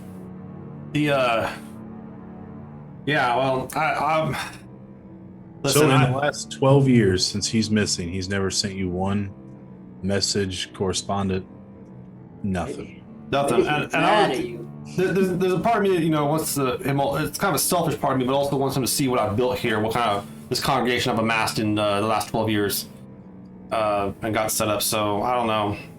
Maybe the real question you should be asking is not what happened to Ephron, but what you do to make him so mad. Yeah. Ask your God that. Like that's a fair question. That's a fair question. Maybe I did do something wrong. Maybe I was not as kind to him as I should have been. Have you ever gone out there into the belt? No, I've had a few of my missionaries go out there and take a look and. But have engage. you ever gone into the belt? No, I've never been out the belt. I'm sorry. Well, one thing I would tell you is when you go out there, why you ever want to come back in here? Your brother, he probably go out there, he see that big sky, he see that big world, he see all the belters, the way belter live. I mean, I don't know. Jackrabbit's onto something, and I could make you something from the belt for your office to remind you of Ephron. I started trying to sell him art because he's like, look, he's like, I'm gonna tell you, your hospitality here, your kindness, it really touched my heart, and I appreciate that. And that's the kind of kindness I miss from my brother. And as far as your art goes, son, that'd be nice, and I would love to take you up on that at a later point. But it wouldn't. The Ephraim I remember was Martian.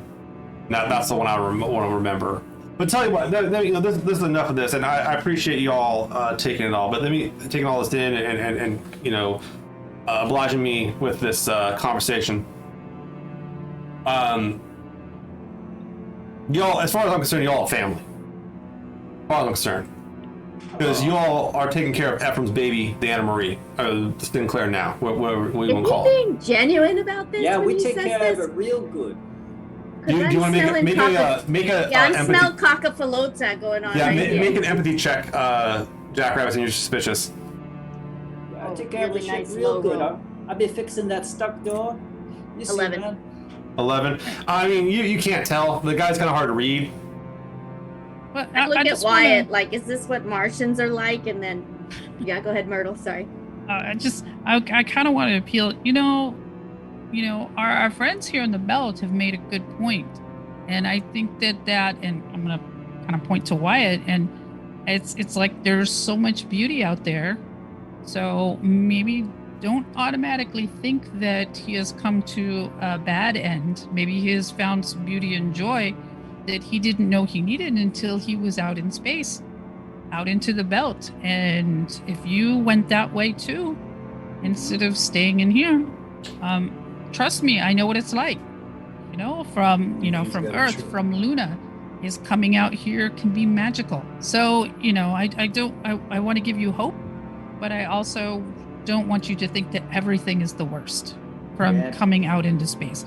So I agree with my my Belter compatriots here, is that maybe you should get out of your office and get off Mars and go look for the joy and beauty out there. Well, I got my flock here to take care of, and I'm not sure, I feel that obligation there for all that, but I do hear what you're saying there, Ms. Cooper, and I appreciate it.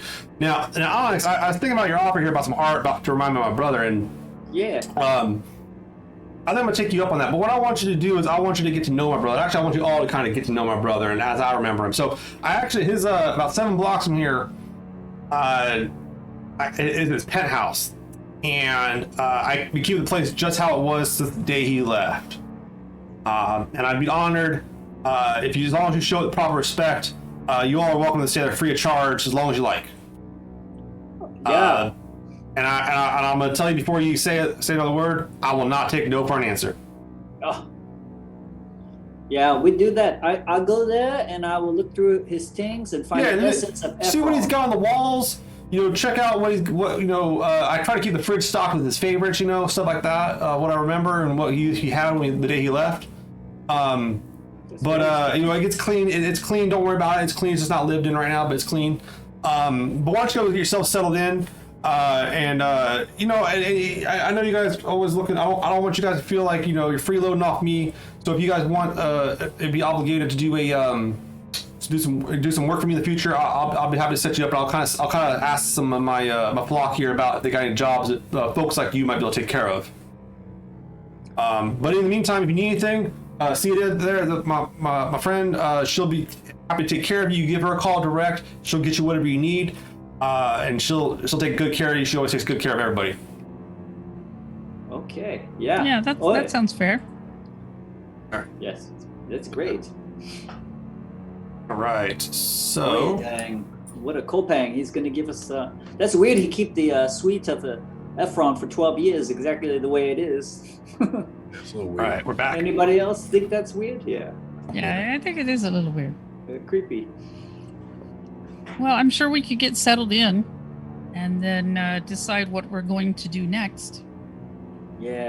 So you're being given access, and you guys get Senda comes over and grants you guys access to the penthouse of Ephraim. It's been kept up and everything like that too, to stay there as long as you like, and really live it up. I mean, this place is gonna be killer compared to what you've been staying there. So, you guys are all now part of the Guan family. Okay. As Onyx has been commissioned to make a piece of artwork honoring. Yeah, and I get really into it. I'm like, I gotta think like Ephron. I'm gonna try to I'm gonna get in his clothes and try to figure him out. Get into eat the food he eats. Yeah. So you guys head over to the penthouse and you get access to it, no problem. And on the way there, I just want to say to Cordy, see, Cordy, this is what happened. Random people, they call us in and then suddenly they give us lots of stuff. I think it's us. I think it's something about the way we are. They just give us things and then they tell us there be jobs. We don't even have to go looking. Interesting. And Cord will have a slight smile momentarily. Is that before or after he gets shot? It's always in between. Yeah. I'm probably gonna get shot now, and I'm gonna actually hold my gun as we're walking. So you guys, I don't have a gun. I'm gonna hold where the gun would be, but is not there, and then. So you come to this fine apartment building, not too far from it. It's a few stories tall. It's about 6 stories tall. And you can see that the building is really awkward. It has terraces around it. It has gardens mounted to the sides of it. You go in and you go up to the penthouse, and it's this whole floor of this apartment building. It is a spacious apartment that has a living room, a kitchen, a dining room, 3 bedrooms. It actually has 4 bathrooms, and a terrace garden thick with blooming, what are they, camellias? Is that what they call it, camellias? I can't remember what the flower's called. There's 0 water rationing on this building. It's pretty impressive. And even 2 of the bathrooms have this awkward thing that the Belchers have heard of called bathtubs. Yeah, I don't know. Do you think that's a slingshot ship somehow inside of the building here? I start filling mine with motor oil. I will explain bathtubs. And as you come in, the kiosk is set up. There's actually a kiosk that comes up, and it's tuned to all of your guys' names and your identities. And basically, you can order whatever kind of food you want to be delivered here at any time. But there is food on premise, and the kitchen is stocked with like various foods that you've been told Ephraim liked. I'm only gonna eat are all of F1 these- food. I'm also going to be like, are all the inns like this about people that they keep a place like this for that long? And I look specifically at Wyatt, like, is this normal here? This is definitely not normal. This is really weird. Once we get inside, Crazy too, in the I wanna- head? Oh, Yeah. what's up, Wyatt? As soon as we get inside the house, I want to start like scoping it out for cameras, Yeah. anything, audio devices, anything that could be. It's actually pretty easy to find. Inside the public living area, so the dining room, kitchen, and living room, essentially, you can see these little like dome cameras in the corners. And you saw these throughout the building as you walked in. They look like they're standard parts of the building, probably. And richer people like this would have high security on their homes. But you don't see any in the bathrooms or in the bedrooms. Okay. Oh, good. So we know where we need to go if we need a private conversation. Yep. Yeah. In the bathtub, we Do sit you want to That's search for what any it's more, Wyatt? Yeah, I want to keep searching the whole Give me place. a searching perception searching test. Don't you have the talent for that too? You get to reroll it or something? Yeah. Okay. Your time to shine, bud.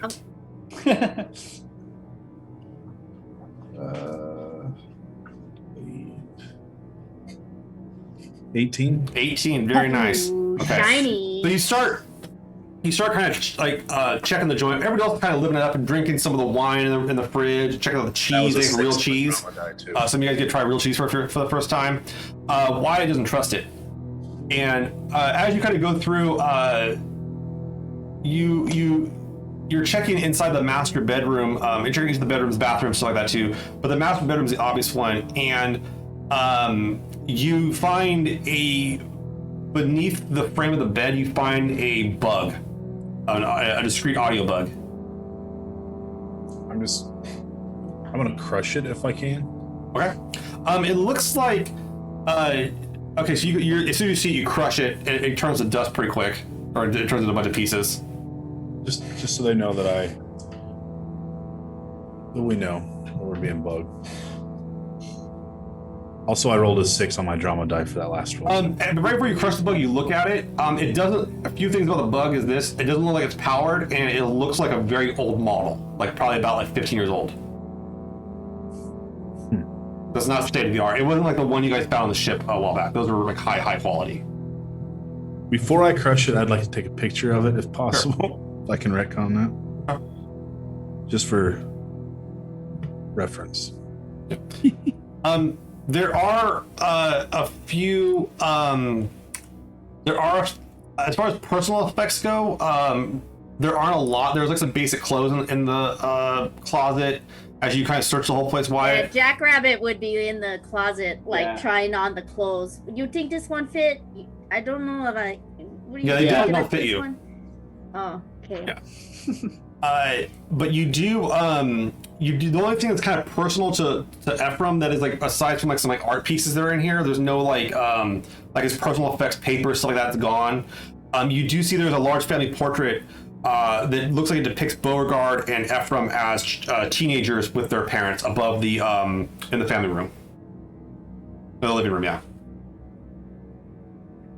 Okay. Yeah, that's a good Does it one. move? There's not like a safe behind it, is there? Like a. You go and try to move it, and there's nothing behind it. Yeah, I'm just gonna hang out in the kind of kitchen area and kind of chat here with Cord and oh, here's some stuff and this is really great that you can get these resources. Like here's some real cheese and and so I'm putting together basically a meat and cheese crackers kind of plate for everyone Not a from problem. what's here.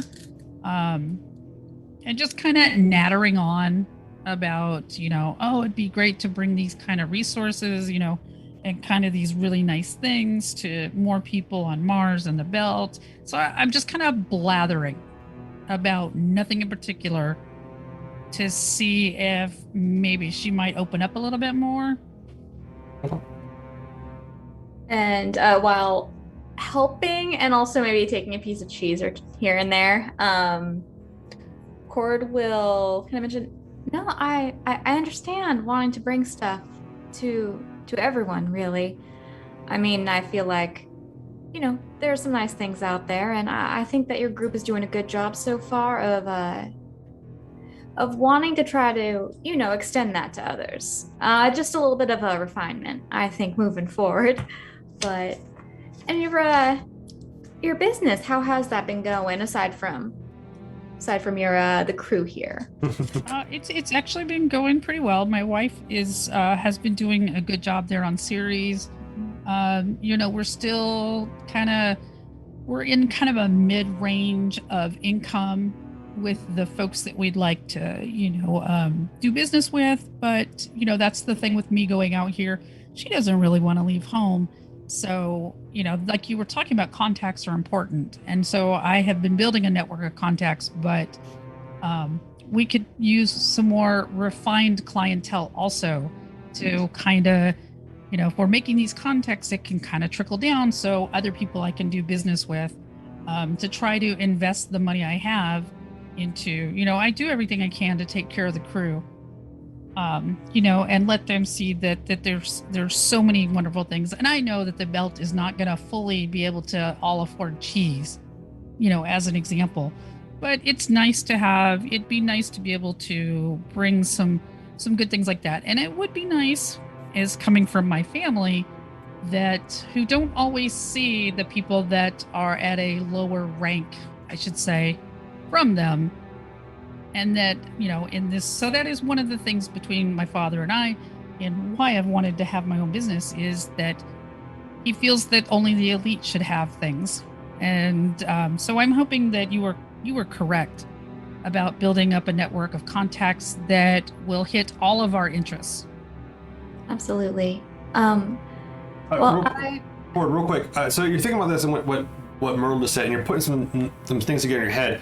And one thing you know is that the demographics of the First Reformed Congregation of Martian Baptists that Beauregard Gawan runs is largely middle class and high class individuals here on Mar, or higher class. So like if what Merle's kind of talking about, this connection with Gawan might be a big break for her.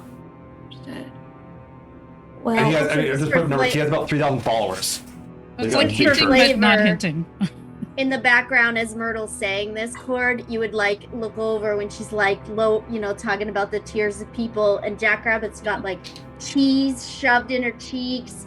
She's like kind of pulled off any fluffy types of things and is wearing it like a scarf.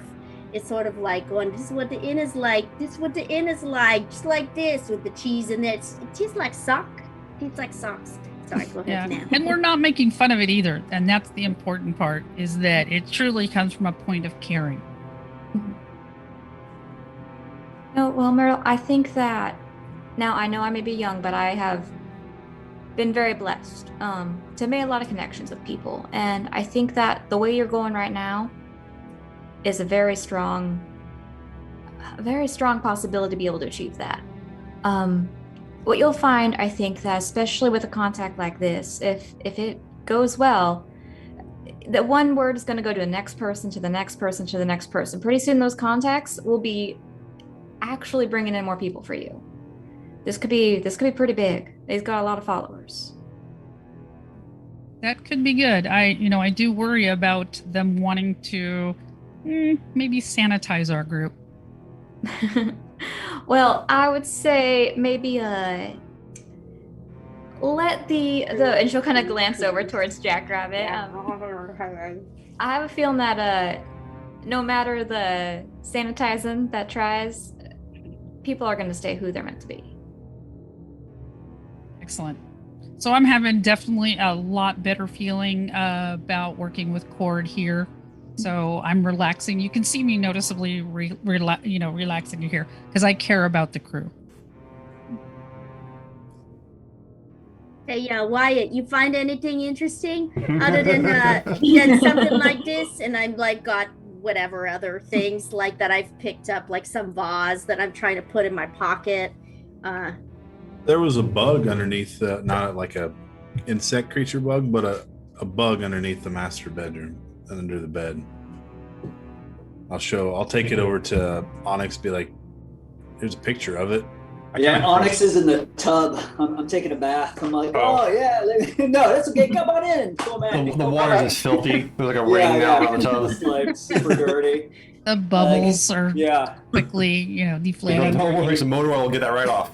yeah. You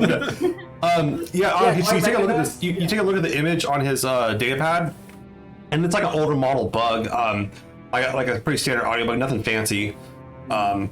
But based on the image that you're seeing of it before you crushed it, it wasn't even turned on. It was like depowered, probably ran out of power a few years ago or something like that. Yeah, that's strange. This bug is pretty old, and it's not even on. I wonder what it's doing down at the bed. Maybe we should search that master bedroom better, flip everything over and take a look. But that's a strange thing to find. As old as it Onyx, is. you think there's... Sorry, go ahead, Wyatt. I was just going to say, as old as it was, whoever was listening to him back then could be the reason why he's gone. Yeah, or maybe his brother put that in there, and he was a prisoner in this place, and he wanted to leave and go to the belt. And now we're prisoners in here, and I'm going to get shot. Yeah, maybe. And I'm drinking some bath water because it's aqua. I don't know. It's just like running. I'm just like, woo! No water, Onyx, edge. Yeah. You think there's any way to know where that bug was leading to, even though it's old and out of battery? Well, It's crushed now. Yeah, as I said, he crushed it. But maybe we find another bug and can turn it on. GM question. So, kind of having some ground in like political circles, business circles. Has Court ever seen anything similar to this, where like within families or businesses? You in your experience with the Guan family working for Beauregard, you do know that he had some about 7 years ago he had an overturned conviction for tax fraud. So you know that like families of this kind of wealth might get investigated, and people might want to try to find information about them once in a while. So this is not uncommon. But based on the age of the thing, you're guessing it's from something way back. I mean, it wasn't active. It doesn't look like anyone's trying to spy on you, really. It seems more just kind of a leftover, something that was never got found. It's that M&M that got dug into the couch that got forgotten. So, in which case, Cord would convey, for what it's worth, I do recall that Beauregard had a bit of issue with some tax fraud investigations. And you had heard rumors of Beauregard himself having some legal issues, but they weren't really your concern. You were more concerned with the business end of it. So the tax fraud was interested in that, but like as far as going into his own personal records, you never did. That makes sense. She'll convey that to the group. Are we all in the bathroom? Yeah, apparently. No, there was sitting there, Onyx is hanging out, stoking it up. Like, 'cause he's clearly the celebrity now. He's having kind of like a Scarface moment in the tub when everyone's talking to him. Wyatt, will you pass me that rope? No. There you go. Yeah, I feel like I'm so lanky, the legs are hanging out. Yeah. It felt good to float, Mm-hmm, yeah. Get out of the gravity a little bit, yeah. So if you guys have questions, if you guys want to look more into Beauregard or more into his brother or more into the history of the ship, those are all things you're welcome to do.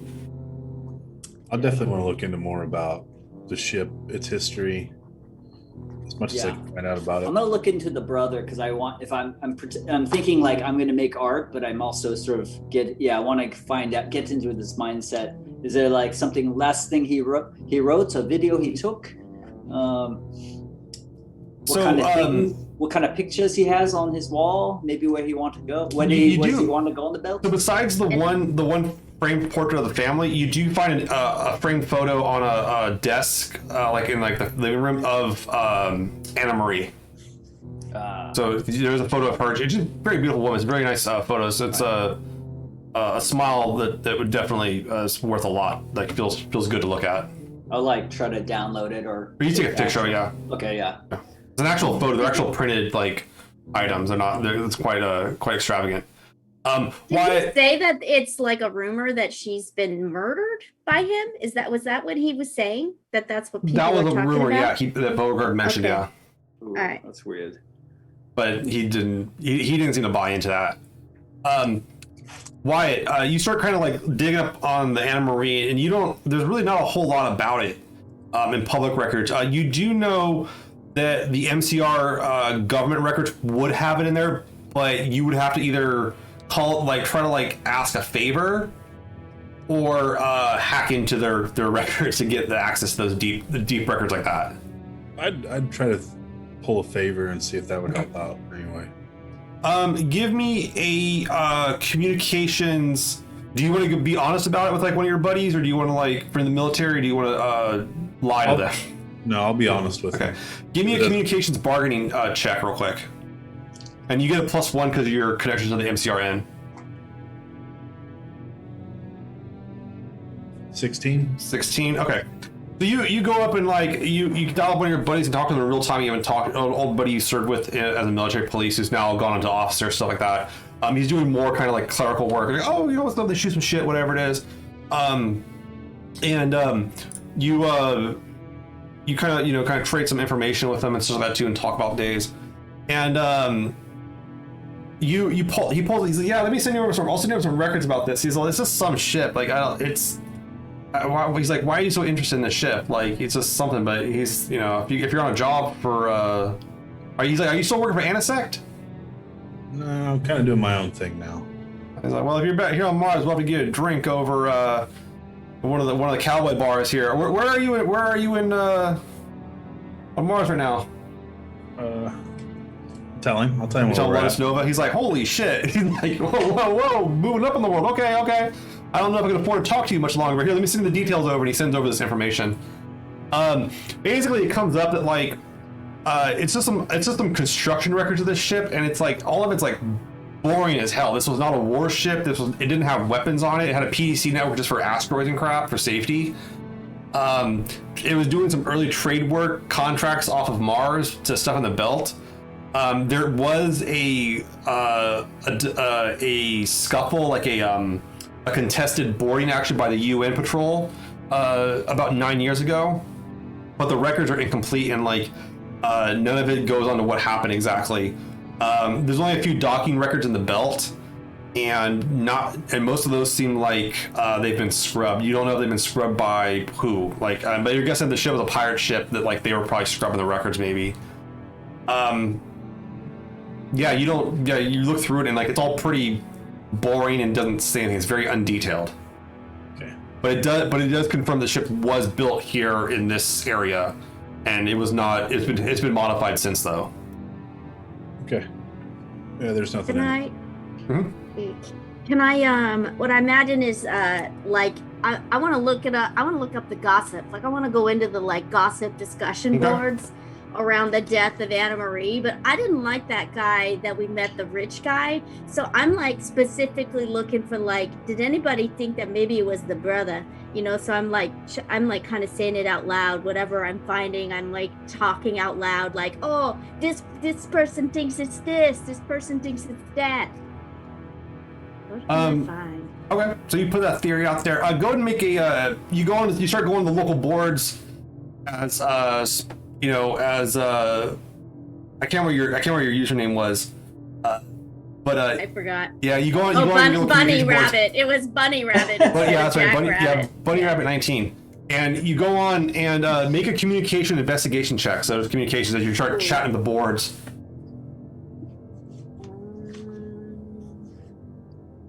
That would be a 14. 14. Do you want to push that to a 15? Yeah, I do. Okay. Pay your fortune. So you actually, I had doubles. Oh, but I'd have to have success to get to. Yeah. Okay. Never mind. Yeah. So you go ahead and start kind of digging through it, and like, yeah, you start digging up on dirt on this guy Beauregard. You find that like, besides the tax fraud, like you find that there's a tax fraud conviction that got overturned that was kind of public. He's had some citations for public drunkenness, basically being at like out drinking, and when he was in college, he had an assault charge.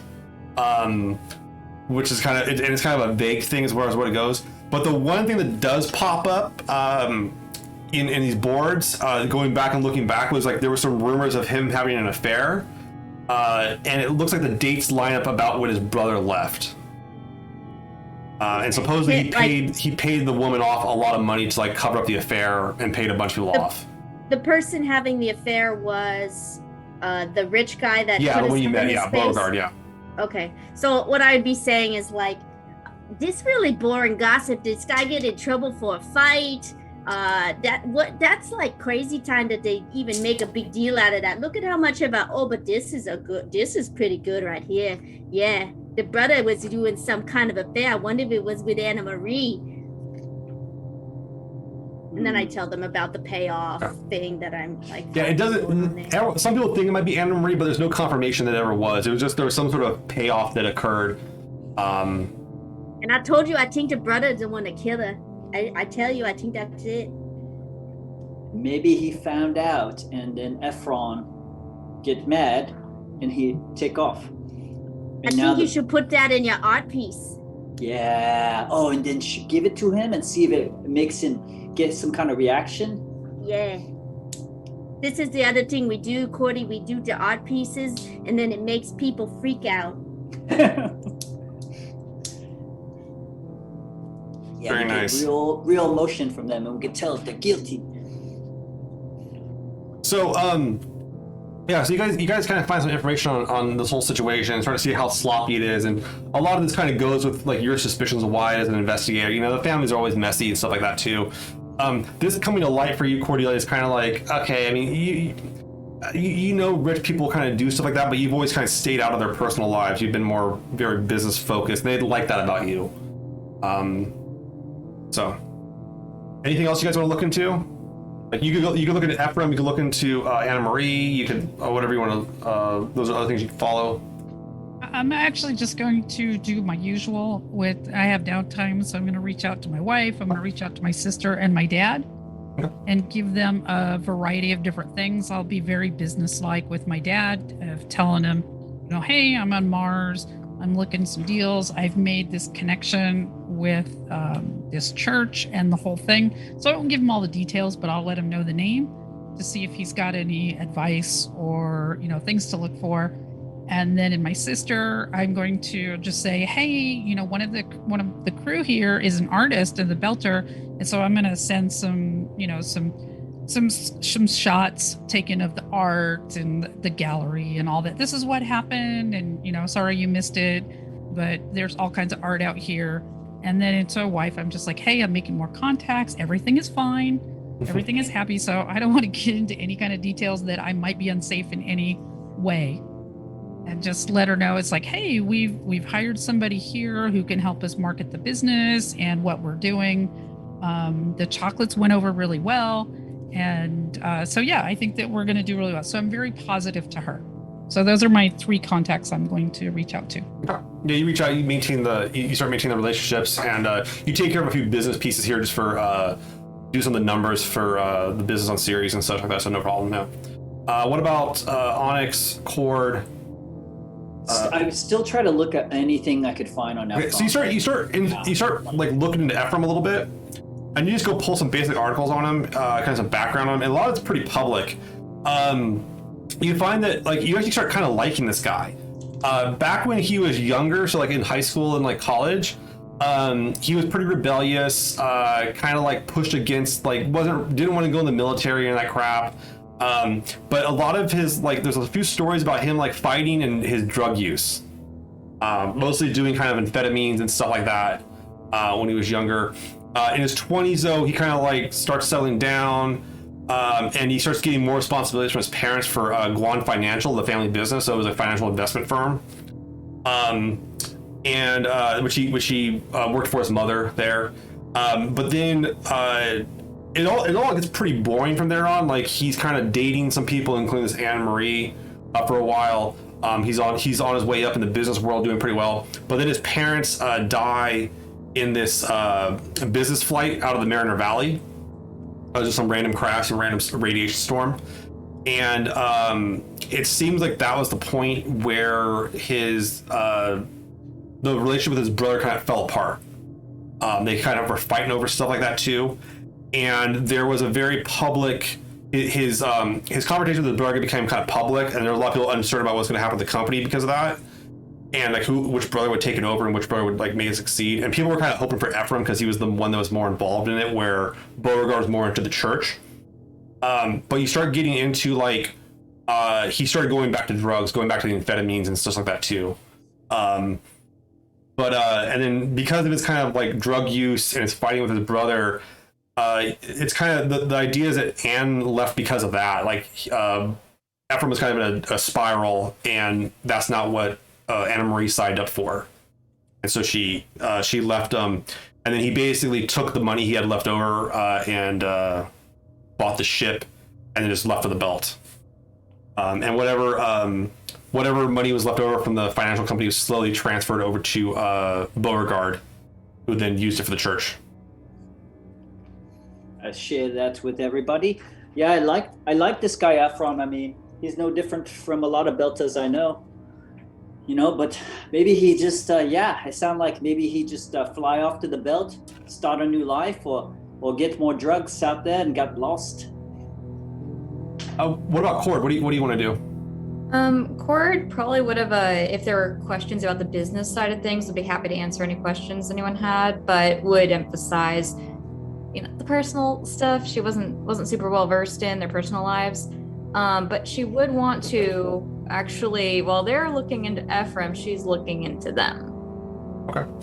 One thing I will say, so for the business side, one thing that is interesting is the money that came from the business that was left over from Ephraim, that Ephraim should have had, that went to Beauregard. It actually wasn't a lot, all things considered, to Beauregard. Beauregard was actually making more money running the church than they were with the financial corporation. So one thing that immediately comes off your mind is that Beauregard was not motivated by money for this at all. It was paltry. It wasn't like, I mean, it was a lot of money to you guys, but it wasn't a lot of money to him. You start investigating everybody. Give me a investigation, communication investigation, or intelligence research, your choice.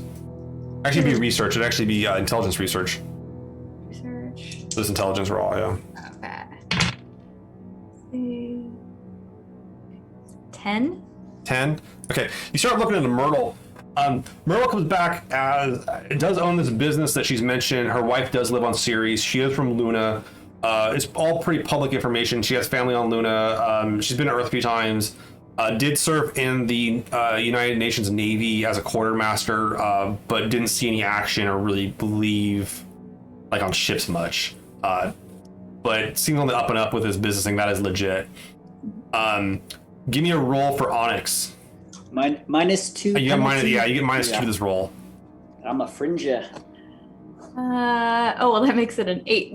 An 8. Yeah, you look into this guy Onyx, and like all you know is what you've heard. You don't know shit about him. Like nothing pops up on anything. You know, he had an art show on Luna like a few weeks ago. That's about it. And you find the RSVP and some of the images, which seem to be like, it seems to indicate that he had a life of like as a graffiti artist on Ceres, is all it really says. Okay. Give me a roll for Jackrabbit. Oh, wow. 9. 9? Okay. That includes your intelligence? Intelligence? Wow, okay. Yeah, that's bad. All right. So yeah, you look at the Jackrabbit, and like, yeah, you're seeing this like, it's just some Belcher Street kid as far as you're concerned. Yeah, the Martians don't know how to look into the Belters. No, yeah, you don't know how to look at Belters. Yeah, they have a different kind of record system. And then Wyatt, you can look at a Wyatt. You get a +2 against Wyatt though because you're on Mars. And of course, it's the one I don't need a plus for. Let's see. It's a 15. 15. Okay, so you look at a Wyatt. Yeah, Wyatt did his 20 in the MCRN as a like a military police officer. So he basically like did security on ships and everything like that too. He didn't see a lot of action. You know that after that he went into and had a job with Anisect, which is a private security firm here on Mars that licensed out to the belt, and he was on Palace Station out in the belt doing security until he like left the job suddenly a few months ago. Yeah, I mean, he's got family here out in the Mariner Valley. They look like just middle class working folk. Is your family a military family? Wyatt? I can't remember. I don't think so. I don't. Remember. I think they work in like the private sector and do engineering or build ships and stuff like that. So it's kind of a pretty common Martian family. By no means like we're talking like lower middle class basically. Okay. So, all right. You guys take the evening, enjoy the facilities, do your research, check into stuff. The plot kind of keeps on thickening here. As you guys chill up for the night and sleep in these numerous rooms, these large beds, couches, wherever you want to sleep, there's plenty of space. I'm gonna take the big bed. I hope y'all don't mind. I already laid in it. I'm gonna sleep in the tub. You can sleep in the tub. Yeah. I don't know, but the water might feel good on your bones too. Like might help with the gravity thing. You guys wake up in the morning, and you are greeted with a on the main screen in the room where you order food. There's actually a you're being told there's like food prepped for you outside the room, like waiting for you. In addition, you also get an RSVP to a place called the Palea, which Myrtle, you've heard of it. Cord, you've been there. It is a supper club that specializes in using Martian ingredients, specifically rices, seafood, and local varieties of earth spices that were re-engineered to flourish under a Martian atmosphere. So they can actually grow stuff on the surface of Mars. And it is but yeah, you've been given a reservation there with Mr. Guan, Beauregard Guan, to have a dinner there at this posh. Usually takes at least a month in advance to book a table there. And you do note in the fine notes there is a dress code. Oh. There are clothes available to you here, Jackrabbit, but they will be a little bit size big. But they would. Jackrabbit looks over like, and she's got like grapes now stuffed into her cheek, and she's like bringing the food in and shoving them in. This is a really nice little got going on here. I think that we can probably help style this. Makeovers, yes. So, do you guys want to spend the day trying to dress yourselves up and get some better clothes? Yeah. Do a little shopping. Okay. We'll be happy to assist, especially with emphasizing we're going to a place that takes Martian foods. We're actually able to feature everything on this, and so maybe just make yourself appear a bit more Martian-esque, for lack of a better term. So we wear army clothes, navy clothes. I don't know what Martians wear, but okay, yeah. You Can I order. look at my T-shirt that's like I heart like New London, like the Martian shirt, and I'm like, this is pretty Martian. Okay. So yeah, you guys put it on the line of credit here for the room will allow you to buy some clothes too. So you guys order some clothes up. They get delivered, no problem. It's easy to get your measurements. There's like a mirror in the bathroom that will do your measurements for you. You just kind of walk up to it, and it'll measure you for you and everything. You get some clothes, and you spend the day kind of checking them out. It's pretty nice, actually, pretty posh. Is there anything else you guys want to do before you head over to the Palea? I don't think so. Not for me. There'd probably be selfies that I'd be sending in these like fancy places to like Titan. Okay, send them back to your buddy. Yeah, yeah. Okay. So you take a picture of like you were in front of like you got like the peace sign in front of the freaking bathtub. Yeah, and it'd be like I imagine like whenever Cordy went to like look for picture like anything about Jackrabbit, there'd only be these like terrible selfies, and then she would see them being like done in person, like with everyone, one with her, one with Onyx, one with Wyatt, like yeah. Yeah, I'm gonna get a Martian turtleneck, like a nice, I don't know, like beige. I imagine they wear like a beige turtleneck and some nice Martian trousers, and I'm all clean now. So. All right, so you guys kind of settle up and get your stuff together, and you head off to the Paleia. It's within walking distance. This whole area is pretty much kind of a walking place. You can take a cab if you want to, or whatever it is, or a little cart, but you can also just kind of walk over there. Walking over there, you guys want to wait till the evening for dinner, or do you want to go over there early, or what do you want to do? Might as well go early and scope the place out a little bit. Oh yeah. It's in this. The whole place is posh. You go up there. It's a straight place. They're closed for lunch. There's only dinner only. It's a reservation only place. You go in and you sit down. They seem to do a lot of kind of like traditional dishes for Mars, which is kind of a weird thing to say. That are kind of derived from some of the cultures that initially came to. They were kind of these Martian native dishes replicate the dishes of the primary settlers on Mars. So like you're talking like Indian culture, Chinese culture, and Texan culture. So it's kind of a amalgam of like the best way to describe it is Indian plus Chinese plus Tex-Mex food put together. Better be a Frito pie around there. Oh, yeah. Saying. People have evolved. Not me. Frito pie will exist in space. It doesn't need anything to survive. It's so easy. Frito pie. With lots of gravy. Yeah. But you do know that this club is a century old. It has been around for a long time on Mars. It's a long established place in Lonus Nova. It is indulgently large, this place. It's huge inside. Like a lot of these places are kind of built to simulate open space, even though they're not open. As you come in, you can see that the ceilings are draped in like gauzy fabric. So they have these kind of drapes coming from the ceiling, and they diffuse the light. So the light here is kind of subtle. It's not that harsh, like station lighting you get. There is actually a water feature on the floor, which is weird. It's not a bathtub or anything like that. It's just kind of there to like kind of flow water. And most of the tables kind of face inward to this water feature, this kind of fountain type setup. There's a small band playing. They're strumming rich, moody chords from like a Martian folk revival. So once again, it's kind of like a Indian music style, like country music. It's kind of a trip to listen to. It's very different. Those that are Martian have heard this kind of stuff before, but it's very. It's not that kind of like. It's not that kind of wannabe Texan Martian bars you guys went to like back on at the shipyards.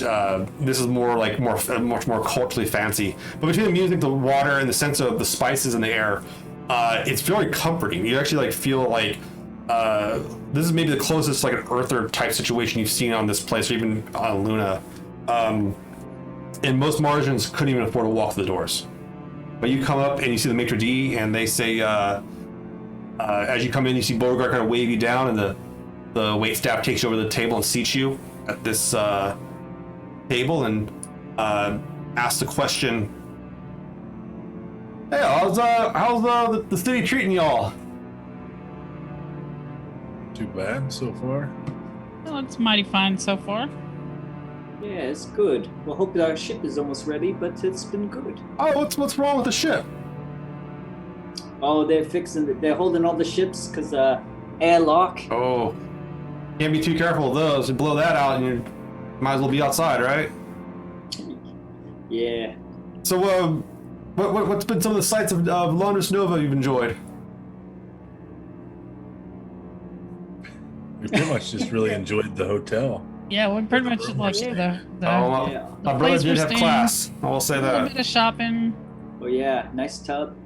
Lots of drinks. Shopping's a funny thing. Last week I was talking to one of congregation, and we were talking. He wanted me to buy. He was asking if I was interested in helping him out with some investments. Oh, okay, I'll take a look what you got. And I couldn't really. He kind of had some of the documentation written up in your old Belcher's language, and I was reading through it. And I didn't. I should have had my fellow look at the contract before I signed it, but I ended up buying these 7 crates, right, from him. I get these crates back, and me and Sida, and you see Sida's there with him, like not too far from him. And he goes, I ended up opening up the crate to Sita, and you wouldn't believe it. I got 7 crates. He pulled up his data pad and shows the image, and it's like this wind up clapping monkey toy. And he's like, I got 7 crates of these sons of bitches sitting at my congregation. I don't know what the hell to do with them. I think we're gonna give them out to the kids, something like that, for one of our little fairs we do in the future. But I don't know what we're gonna do with them. It's kind of a weird thing. So what I'm telling y'all is I really respect y'all's talk, and I wish I understood it more. What's the phrase in Belcher I should know? Wella walla. Oh shit! Well, Walla. Fuck, dude. Fuck. Well, I think I'd go there. Sorry. Did you say that shit to him? No, I mean, Okay. it's supposed to post it. I got on my computer. I just read what I see. Jesus Christ. Okay.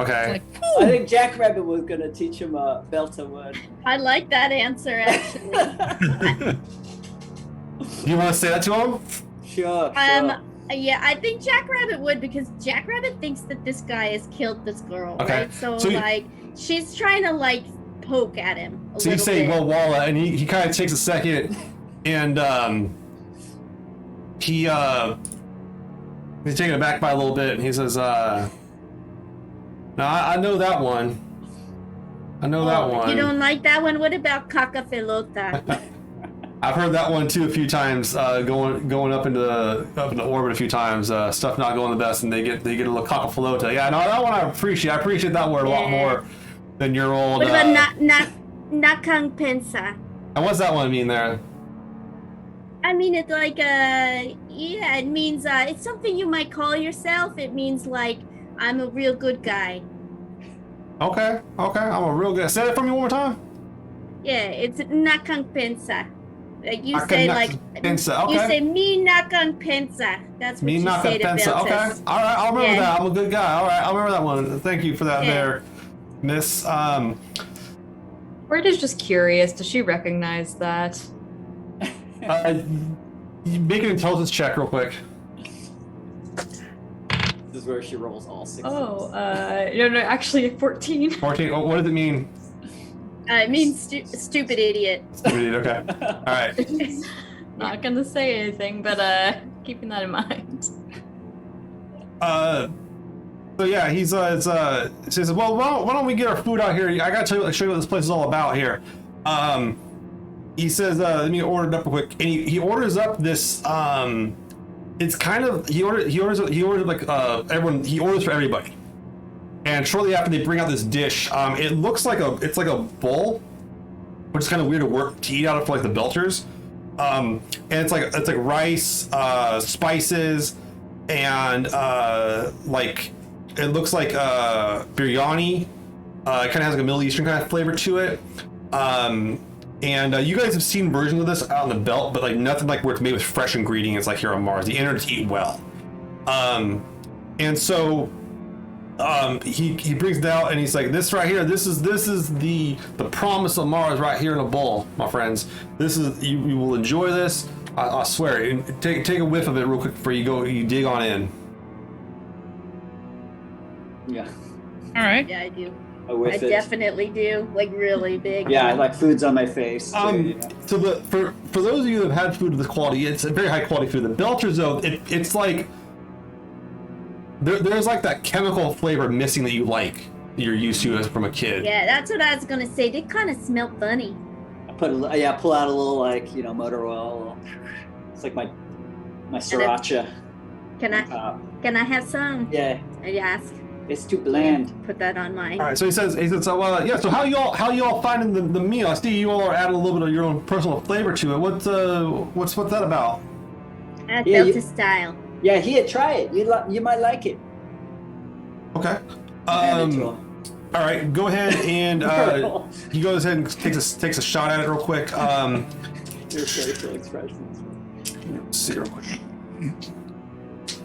All right. Just messing with this guy apparently. Roll, real quick, Onyx, roll a persuasion or willpower courage test. Okay. Willpower, okay, +3. All right, okay, 9, 12, 15, and a 3 on the drama die. Okay.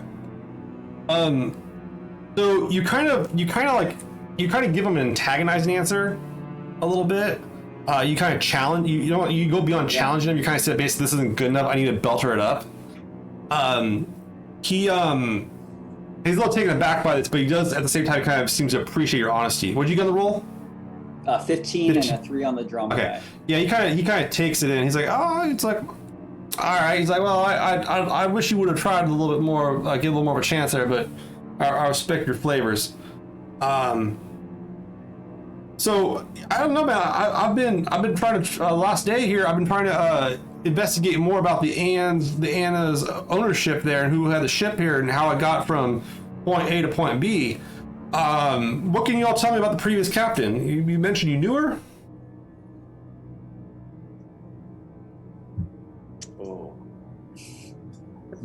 he's talking about Abby. Remember. Abby and Claire. Yeah, it's Claire. Yeah. Yeah. Claire. You want to tell them that she was OPA, like an OPA agent? Not at all. She just. What I want to do actually is, I want to describe the moment we learned Claire was dead. That's what I want to answer with. I want to say she good person.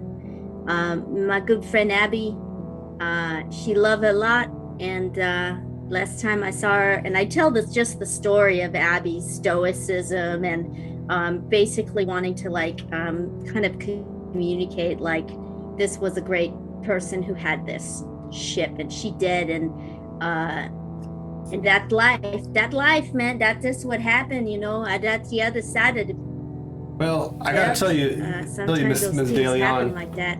I appreciate your honesty giving that story. Now, I do have a favor to ask you, though.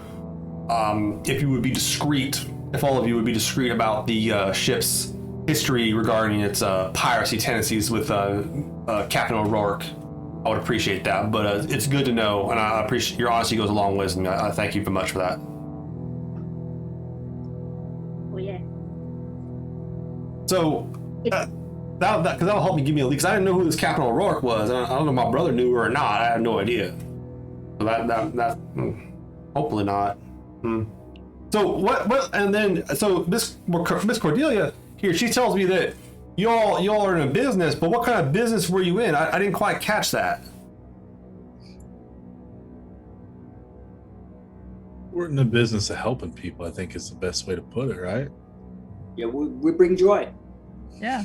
Bringing joy and help people. Well, I do that too with my congregation, but I do it through a very specific means. What kind of means do you do it through? Art. Built to art. Art. So y'all are artists. I thought he was the artist. Nah, we all artists in our own way. Our artists can fly in the ship. You need some stuff done, we get it done. There's an art in that. Mm-hmm. And what kind of stuff have you done? Well, we must just have a way about ourselves that people who need help know that we are helpers. So they just kind of find us and ask us to help them. And it's been a variety of different things that we've done. What my friend is trying to say is that the last thing we did it for some Martian intelligent people. We can't tell you. Discretion, I see. Classified. Well, I can see all that. Go ahead and give me Jackrabbit or actually Myrtle. Myrtle, give me an intelligence business test. Okay.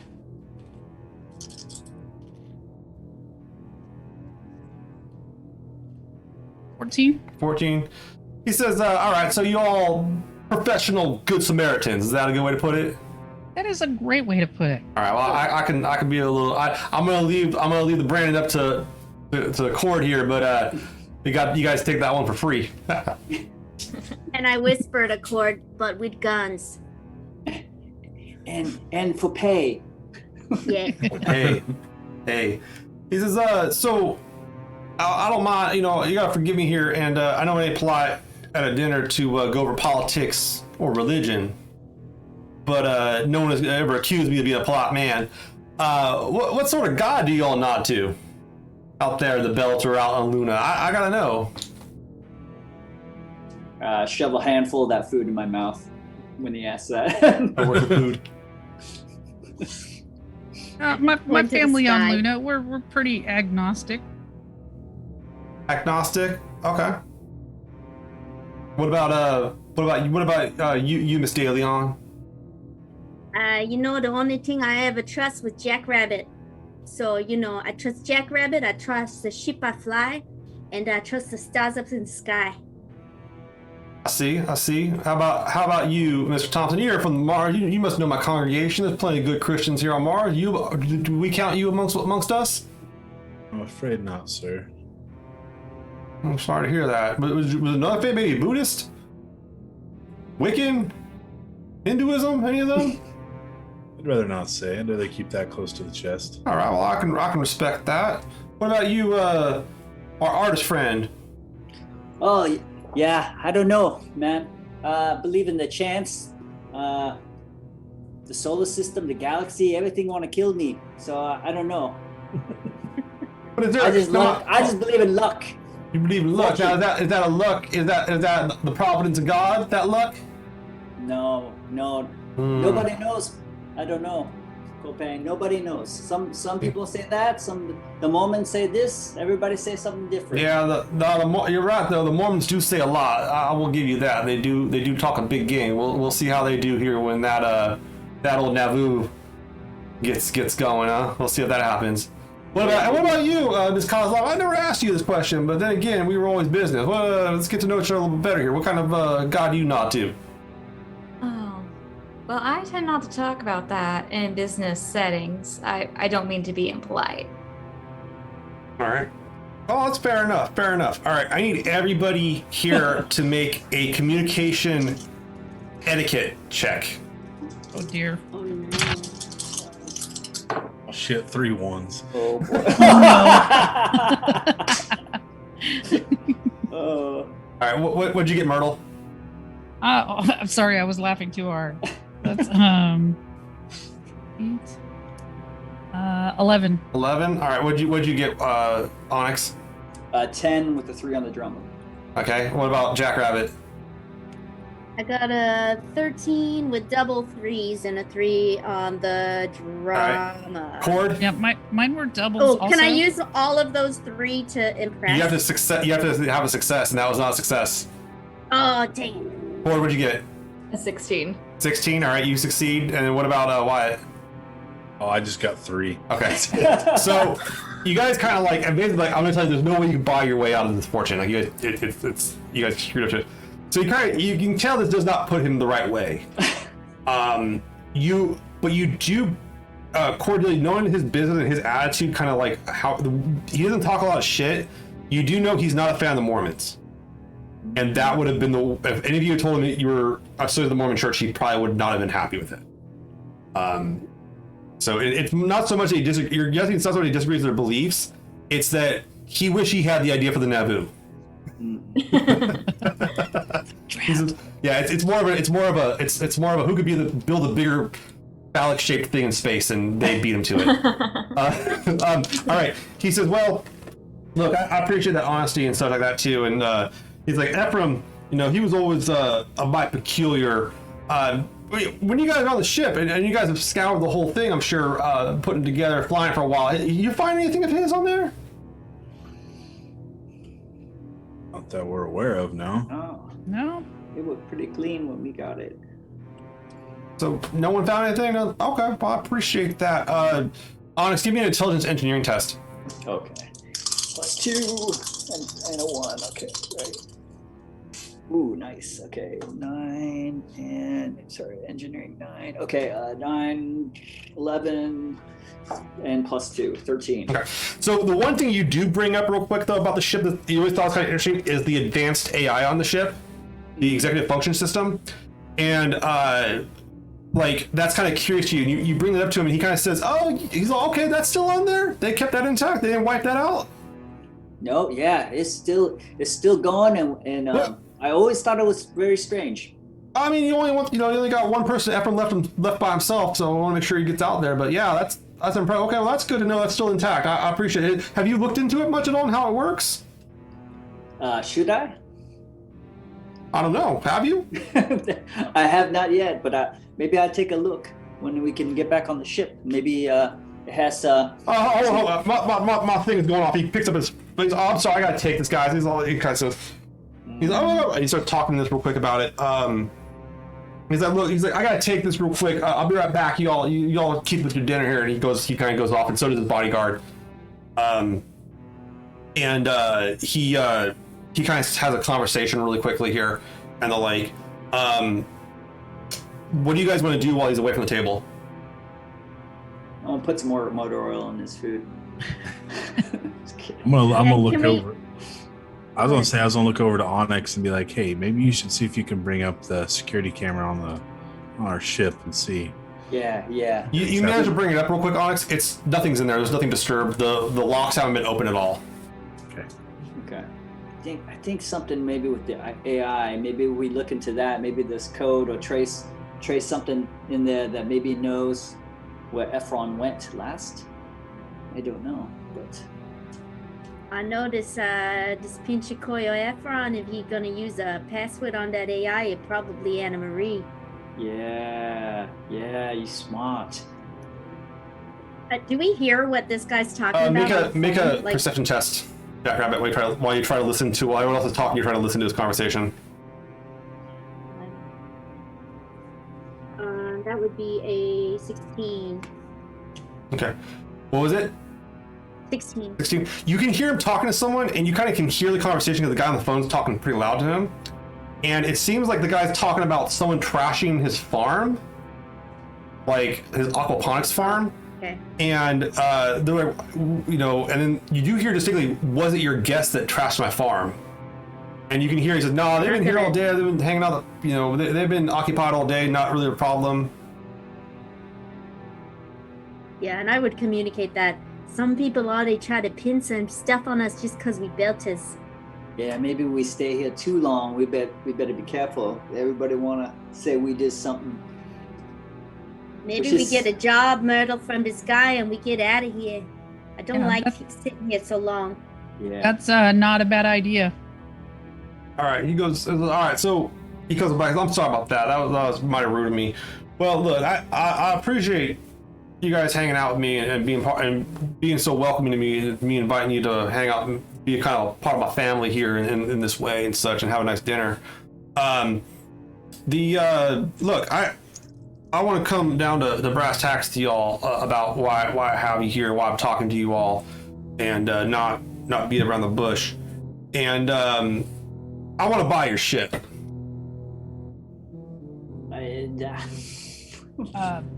We got things on the ship. Because I'll give you guys time to go get whatever you need off your ship, your personal effects, your gear, whatever you need off the ship. But I want to buy your ship. As is, no repairs, nothing. Buy it. Nah, I'm good. I think I'm like suspicious because he asked me about the AI system, and now he wants to buy the ship.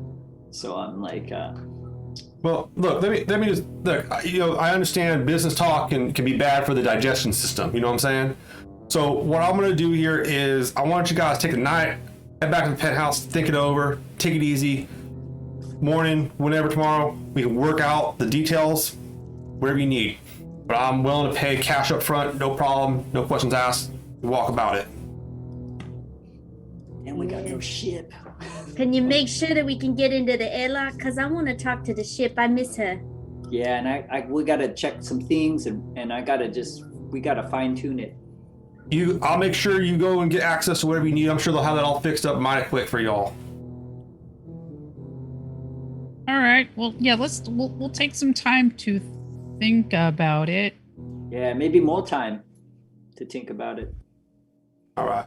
Well, tell you what. Well, I'm gonna go. And you guys have noticed, like, during the whole thing, he's been drinking a bit, and so you're not sure. You might think he might be a little bit drunk even to do a proper banter, a proper deal. But he definitely wants to buy the ship, and he's being pretty honest and forward about buying the ship. And he does have the means to purchase the ship point blank for cash, whatever you almost ask for it. Right. He kind of takes a second. He says, "Yeah, me and CEO, I'm gonna retire for the evening. This is a good time, and I really appreciate these folks. Well, make sure they get whatever." He's talking to the meeting. Make sure they get whatever they want tonight and stay here as long as they want. You guys enjoy Ephraim's home, and his home is your home for as long as you need. All right? Yeah, sure. All right. Sure. Yeah. I'm gonna get out of here and let you all figure it out. So he goes and he gets out and takes off for the evening. And you can kind of see he stumbles a little bit when he gets up. His big frame has to use the chair to stay up. But once he's stabilized, he sees the door. He starts walking over. And on the way out, he's talking to people. Cordelia, you actually recognize one of the former congresswomen of the Mars Congressional Republic. They're talking to him. You think she's one of his one of the people in his congregation. These are very rich, very powerful people he's friends with. Understood. And as he was leaving, Cordo just stood up out of respect to say goodbye. Yeah. And he goes and shakes hands and does whatever you guys want to. He's very cordial. He says, "Yeah, thank you so much for enjoying the food." Strange night. So, I think that we should definitely go back to the ship Sleep on the ship. and check it out and see what we can dig up on it. Yeah. What it is. I mean, it's just a ship. I mean, it's our I need ship. I got to look at the AI system. Yeah, and he kind of stumbles back briefly, and he says, He said, "Look, I got a dress on my set earlier to you real quick before I forget, and it would break my heart if I did." He said, "Those rumors about my brother, and they still bother me to this day. And I want to tell you real quick, Ephraim, he loved Anna Marie more than anything, and I think he loved that ship just like he loved her. And I want to love that ship and hold it dear to have a part of my brother back. So I just wanted you to consider that. No pressure on it or anything like that too. But my brother was a flawed man." Did you love Anna Marie too? She was gonna be part of the family. I loved her, of course. She was welcome to the family. I love her like I love you all, if not more. But that was his camellia, his camellia. That was who he held closer, Well, that's fine. We're just gonna go and check on our stuff, like you said. If it's like if we decide to make a deal, we want to make sure that we can, have our stuff packed up. So I'm just trying to be very, soothing. It's fine. We're just gonna go look at some stuff, see what we would need to pack up if we're gonna make a deal in the morning.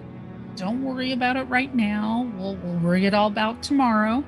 We're just gonna go back and check on our stuff and make sure, that if we decide to do this, that we can have everything packed up and ready to go to make this easy on you.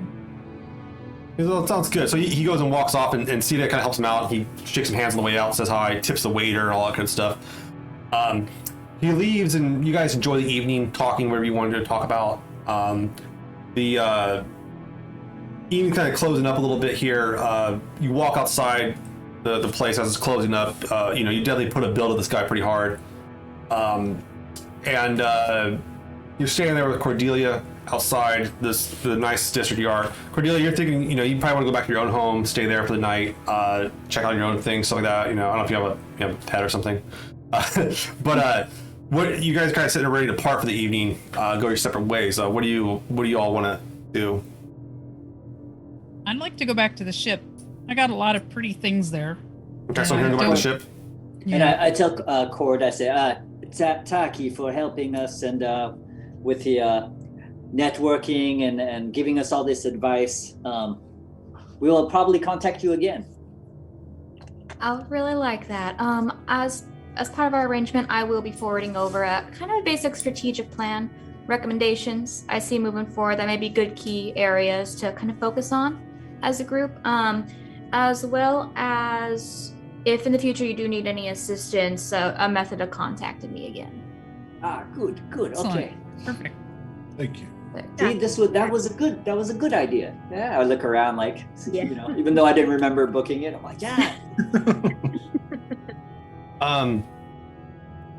Yeah, he says, so yeah, you guys kind of like part your ways on the streets, head to your respective residences here in Londres Nova, and go your separate ways for the evening. As you guys, the rest of the crew seems like they want to go check on the ship before they go to sleep. Or if not, try to sleep on the ship, try to get back on the ship this evening. and we'll stop it there. Really good. All right, thank you, Yes. everybody. We went a little bit longer. We had some technical glitches, but that was all right. We worked through them. We got it. We did it. Thank you, everybody, for watching. Thank you, Breanna, for coming on. Thank you.